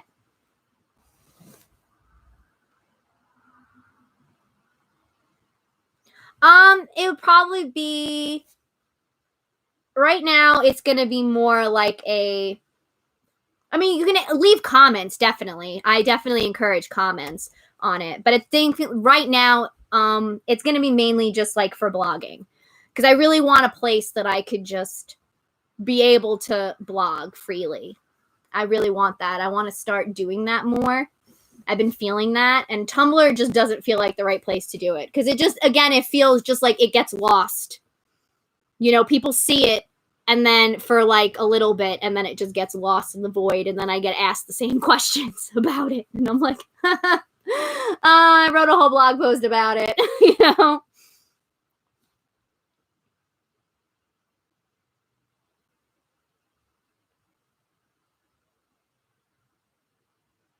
Yeah, exactly. Grandpa Simpson. Yep, that's exactly what I feel like. Old man yelling at clouds.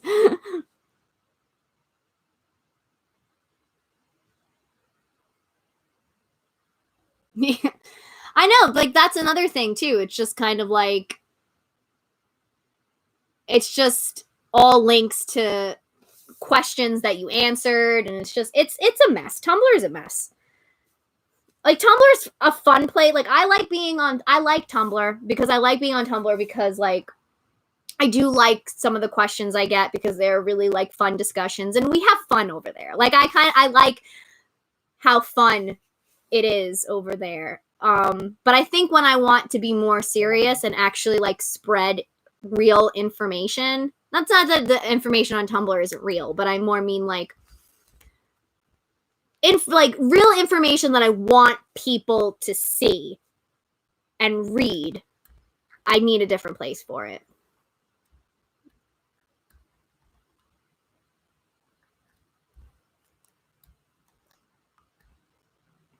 Well, Tumblr definitely got, because you know the problem, all the bad people moved to TikTok. TikTok is kind of the what Tumblr used to be. Tumblr used to be awful. It's still awful, but it's not as bad.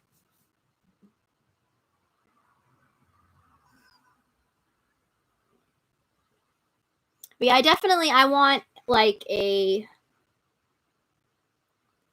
definitely want like I want a website because I would think it'd just be easier and I'll feel better because I feel like my content won't be like hidden away, you know? And it'll just be nice to be able to be like, yeah, here is my website. You want to know about Aphrodite and Persephone? Here's my website. Oh, I am definitely going to be doing, I'll tell you guys. I don't know when it's going to go up, but I'm definitely doing a Patreon. I actually sat down and came up with the tiers and the rewards for it. So basically my only step now is to set it up. So I'll be doing that. Oh, speaking of, we're talking about like social media stuff. I figured I can talk about this, especially it's like almost 3.5 hours in. A lot of you already know, but I have a Discord. People who are on the Discord are like, here we go. Here's the speech. I have a Discord. We operate under Fight Club rules so that like we don't talk about it because we're trying to keep it a little like low key. I may start like opening it up a little bit more. I'm not sure yet. But yeah, if you want to join, it's a really great group of people. We have a lot of fun over there, and it's like it's not very overwhelming. You know, I think it's just a nice like chill kind of place to be. You can send me a message and I'll send you the link. We're actually starting a book club next month. We're reading the Iliad, and I'm really excited because I always wanted to do like I love book clubs. So we're doing the Iliad, and I'm really excited about being able to talk to everybody about it and being able to, you know, I mean, you can see how I feel about the Iliad from these from these live streams and how I talk about it. So it should be fun. Also, for those of you who are part of the Discord, make sure you check announcements if you want to stay in the Discord, because we're cleaning house. So you're gonna have to do something if you want to stay. So make sure you check. And yeah, make sure you check announcements, pop in, even if it's like, I don't care if it's like you haven't been on and then you're not really planning on being on. If you want to just stay, that's fine. Just pop in, take the active role, and pop back out. I'm fine with that. Just, you know, as long as you don't want to get removed, go check it out.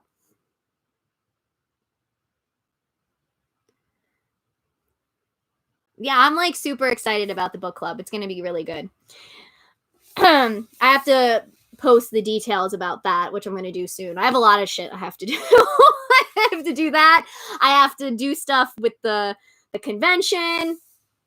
I'm like excited, but I'm also kind of looking forward to Sunday because or more like Monday because then the convention will be over. That's how I get with things. Does anyone else with an anxiety get like that when it's like things you look really you're like really excited about, but then because you have anxiety, you're like, I also can't wait for it to be over. Like that's me with everything.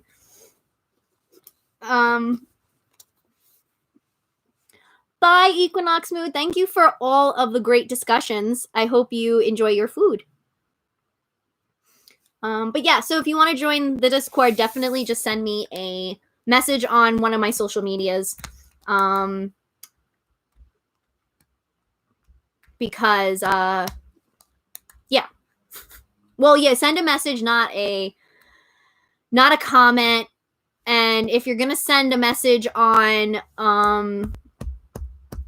Tumblr, don't send me an ask on Anon, because those you can only post publicly, so I can't respond to you.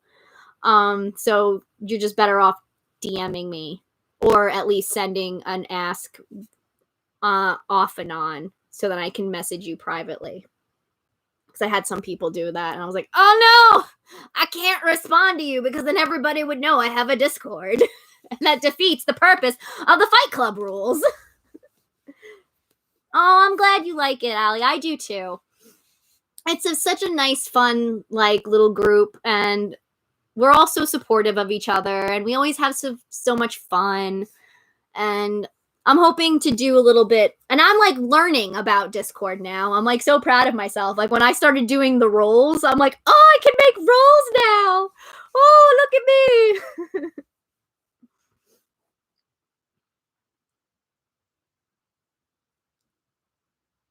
Aww. I know, I do. I love it when people send me like jokes and fun, cute things because yeah, sometimes I'm having like a really bad day and it cheers me up. Yes, we do have a channel just for Lana Del Rey. I made it. Normally I always I like to ask my mods. You know, I work a lot with my mods. I'm definitely not like I don't make decisions on my own really with the Discord. I like to get opinions. So but it was with the Lana Del Rey channel. I was like, but I did ask them. I was like, it's okay. It's my Discord, so I'm allowed to have at least one channel that I make just because I want it. And they were like, that's fair. They're like, that's totally. So like, Lana Del Rey, yeah, do it. And I did it. And my favorite thing was slowly watching everybody discover it because I didn't make an announcement about it. Usually I make announcements when I make new channels. I didn't make an announcement about it. And it was just like watching the few days afterwards, just people pop in like, we have a Lana Del Rey channel. I was like, yep. But yeah, it is fun. We have a lot of different a lot of different channels and things we talk about, and I'm trying to do a little bit more with it because I'm learning more about Discord, which is one of the reasons why I wanted it to be low key. Because I didn't know anything about Discord when, at least not running one, when I started it. So I kind of just want to figure out how to do everything. And now I'm learning more and more. So, and it's been good. I know the Lana channel really kind of is the most popular one. I admit, even I'm in that channel most of the time. But it's because I'm always listening to Lana Del Rey, so I'm always like, oh, I gotta go tell everybody. And it's so funny because I feel like we're always just saying the same things over and over again. Like, I love this song. This song's the best song. Or isn't Lana so beautiful? Like, it's just pretty much just what we say. But it doesn't ever get boring because we're just like, I know. She's the best. But I'm really excited about the book club. I'm really excited about how many people are going to be participating in it. Oh, you're welcome. I'm so glad that I could help you get through work. No, I didn't. I have to listen to that. Yeah, I haven't listened to that yet. I do. Yeah, pretty much. The book club is gonna start in May. Technically, it's gonna be. I have it set up that because I want to do like one book a month. I know it works out that we can have the Iliad done within 4 weeks. So it's gonna be starting Monday, and then going to Saturday, which is Saturday is going to be the first discussion. So technically it starts. Well, it starts Monday. So it's going to be like each week is. I think it's like because it's 24. I think it's 24 books or chapters in the Iliad. So it's going to be basically like six chapters a week. And then every Saturday we're going to do a discussion, and it's going to be through voice chat. But people can opt out to just type if they don't want people to hear their voices. And we're going to try and record it so that people who can't participate, like who want to participate but can't make the actual discussions can still in a way participate, because we can still talk about it even outside of the discussion date. Like we can still have a chat about it. So if people still want to kind of like talk about it in the chats, they definitely can. So, but yeah, I'm going to have those try. Keyword is try to have those recorded. So that's how it's going to be. It starts, technically it's Saturday that you have to have it read by. So the Iliad is set up, like I said, they call them books, but they're chapters. And there's 24 chapters. So book 1 through 6 is going to be due by next Saturday. Not this Saturday coming up, but Saturday the 9th, because that's when we're going to have our discussion. And of course, I was like trying to figure out the time, and it just worked out that, at least last time I looked, unless more people join, 2 of the times are tied, 7 and 7, and I'm just like, oh, when do I make it? I might make it. I might do it at I might do 3. Oh, Lizzie is on to me. Lizzie's on to me. But yeah, that's how I'm gonna have it set up. So it's basically like six books, 6 chapters. I keep saying books. I don't want to confuse anybody, but that's what they're called in the Iliad, but they're chapters. So 6 chapters each week. So 1 through 6 the first week. Yeah. 7 through... I have it set up somewhere. I'm like confusing myself. Yeah.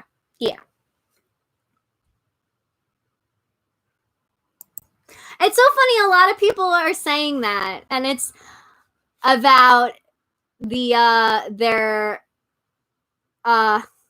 English, and how I've gotten that. I've been actually wanting to talk about that, because I've had so many people, especially when they're writing to me and they're just like, sorry for my bad English, or sorry, English is not my native language. And it's funny because I would have never even I would have never have noticed anything if they didn't say. And honestly, there's nothing to even notice. Like it's not bad at all. And I've had plenty of people too who are so self-conscious about their accent or their English being bad, and I don't care, because that stuff doesn't bother me, because I'm always like, you could speak multiple languages, that's a fucking talent, that's fucking amazing. That's why I get so mad when people are like, make fun of people with accents. It's like, bro, you speak one language and you barely speak it well. These people are all speaking multiple languages and they're doing a damn fucking good job of it. So shut up. But at the same time, I understand this being self-conscious about it. So I want everyone to do what makes them comfortable. So that's why I made sure that we are going to have a chat where you can just write. And I'm always going to make sure I refer to it, because I don't want anyone to feel like they're not part of the discussion. So I'm definitely make it a point to keep that up when keep me like stay on that page and actually do what I do here, like read what you guys are saying and everything and respond to it and bring it to the group and all that. So, because I want everyone to feel like they're part of the discussion and everything. And also, you don't have to, you can listen in just like, again, people do here on the live stream, where they listen in, but they don't talk on the live chat, which is fine. You can just listen in on our discussions and not participate if you don't feel like it. This isn't fucking school, okay? You're not getting graded. You don't need participation points. I want everyone to do what they're comfortable with, because I always fucking hated it when teachers tried to force us to do things that we just were not comfortable doing, like having to do fucking like stupid group projects and presentations and shit like that. Reading in front of people. I hated that shit. So I'm not going to force anyone to do any of that. You do whatever makes you comfortable. That's why I kind of have all these different options set up. So hopefully that we can have a lot of people join in and we can have a good discussion and people can learn some stuff. But like, that's my whole... I know that sometimes these things can be really daunting to read, like the plays and Homer, because of the language and things. And that's why I wanted to do this, because I felt like it would be a great way for us to all help each other with it. And, some people are really good. Like, I know Liz is very good, like, loves analyzing literature and everything. And so, and a lot of other people love doing stuff like that. And a lot of people, don't have a problem with the way things are worded. Like, some people pick up on Shakespeare really easily, while other people, it's like, the fuck is he talking about? And it's the same thing with, I think, a lot of Greek literature. It can be hard. And I think coming together as a community to read it and help each other through it and make it fun, is a good thing. And I think it can help. I know it'll help me. I'm also doing this to help me, because I've been like wanting to read all of this stuff, but I've been like, Like, I've read the Iliad before, but I've actually been wanting to reread it. Because I read it when I wasn't a Hellenic polytheist. So I kind of been wanting to reread it now as a Hellenic polytheist. So I've been wanting to do it, but I stare at it and I'm like, I could do something else with my time. Homer, he ate shit. So this works. It helps me out too, and it keeps me motivated to read these things. So I think it'll be fun.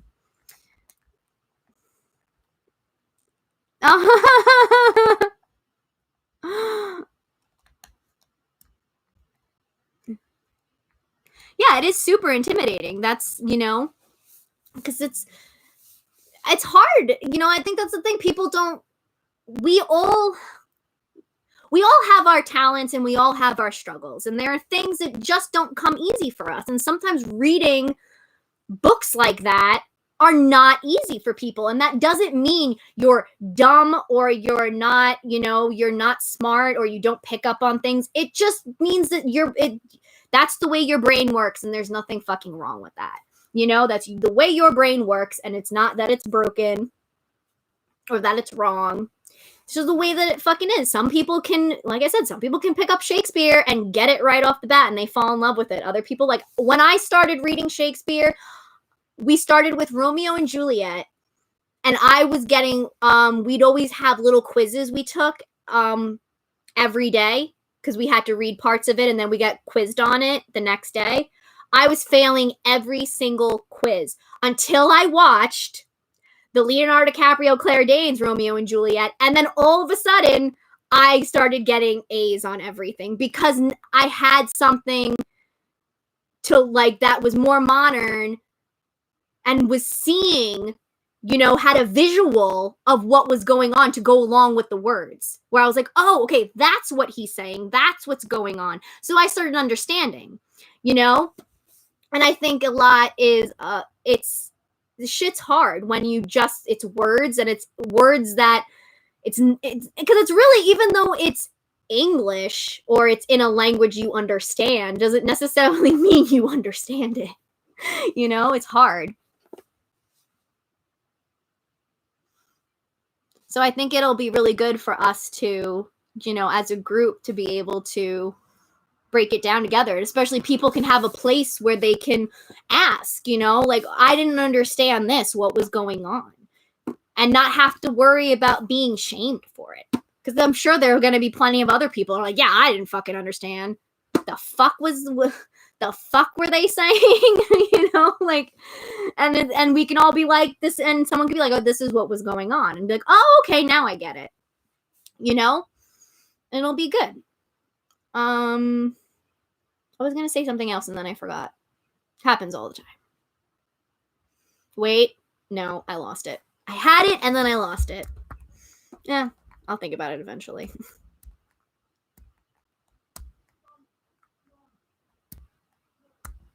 Yeah, exactly. There's so many different learning styles. And, like my brain cannot handle numbers. I don't know what it is. I always thought I was just bad at math. Well, I'm not really. I'm bad at certain maths. I'm actually really good at like algebra. But there's something about numbers that my brain does not comprehend. It's weird. And I don't know if it's because I developed an aversion to it because I've always struggled with math and I don't like math. But I've noticed a lot of people, and I know this isn't for everybody, but from what I've gathered, it's like people who like history don't like math, and people who like math don't like history. I've noticed a little bit of pattern with that. Because I've always said when people are like talking about math and wanting me to do, I'm like, there's a reason I decided to go to school for history. There's no math in there. And the funny thing is the little bit of math that is there, which essentially dates, I suck at. Because numbers don't, I have an aversion to numbers. My brain does not take in numbers. So I used to say I'm a history major with issue that doesn't know dates. You want to take a picture with me? Because I suck with dates.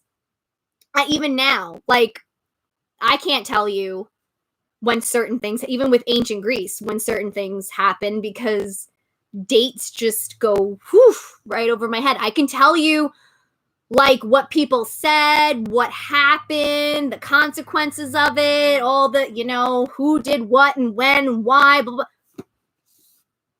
But the exact dates, no. I could tell you whether it was during the archaic time. I could tell you what done with the Hellenistic age.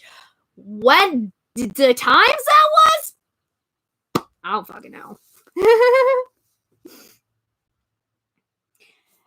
You can definitely, Liz, let me tell you, you can definitely do those things even though you're bad at dates.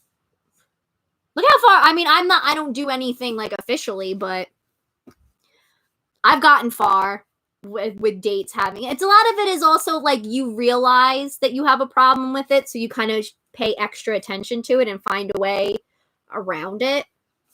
But, you can absolutely do what you want to do and still, it's just dates.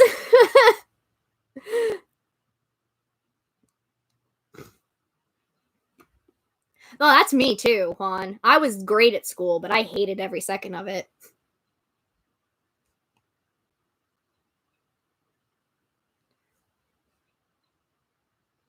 Liz, I was actually also just talking about you before. I was talking about how, you really like analyzing stuff and especially literature and all that. You really enjoy doing that, and some people don't. So that's why we're kind of doing this book club thing so that,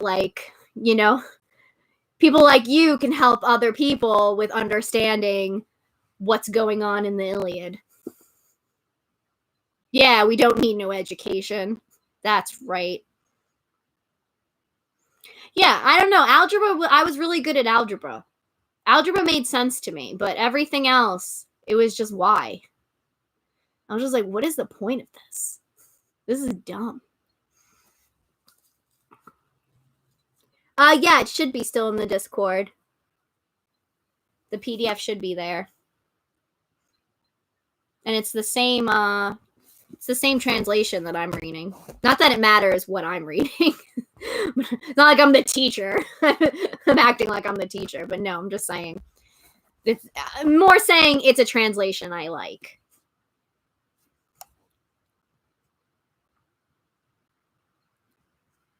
Oh, I'm sorry, Brienne.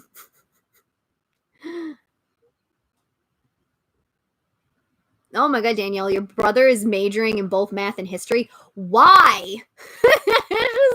Why? Oh my goodness. Of course I was talking about you, Liz. You're the best. Why wouldn't I talk about you?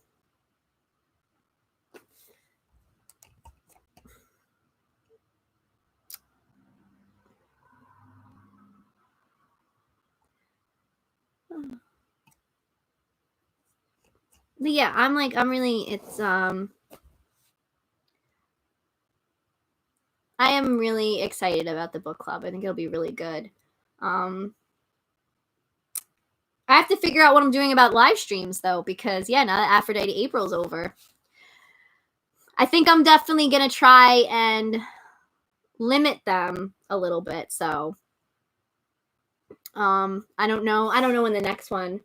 Although part of me was like, part of my brain's like, you should do a live stream for when you're gonna celebrate the twins' birthday, and I'm like, that's so soon.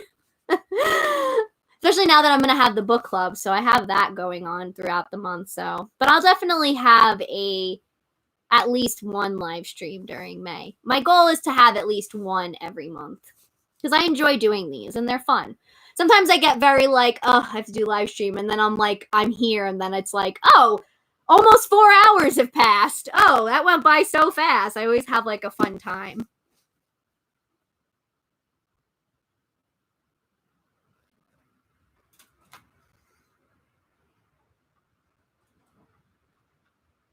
What Discord didn't work for you, Brian?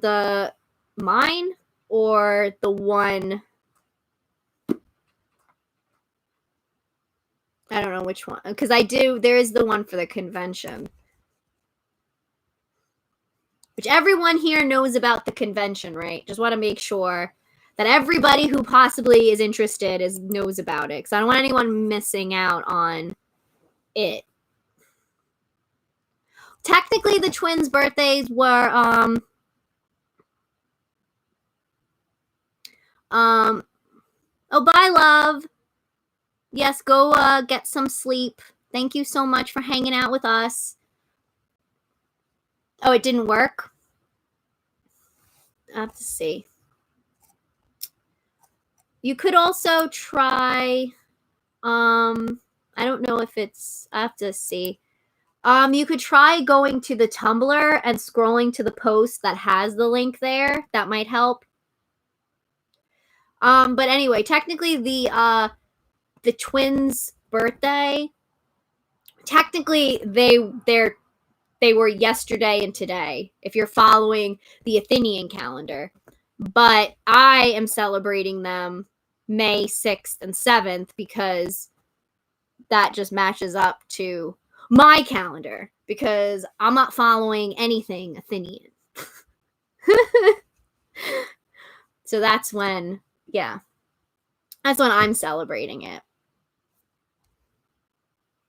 But Brienne, yeah, go to the Tumblr and go to, yeah, do that. If it doesn't work for you, let me know. I'll see if I can send you like a separate link or something. Yeah, I have so much to freaking do with the Discord. Oh, I should probably go then, because I still have to finish up my script for my panel. So, I have to do my descriptions for everything. But I will have the, I'm going to try and put up the information, the whole schedule for the Iliad soon, so you guys can get started. But if you want to get started now, you can. It's going to be, like I said, I think like six books each week. So you can start that whenever you want. But I'll put it up in the Discord soon, just so we can get started on that and everything, and what the time is for the discussions. But yeah, so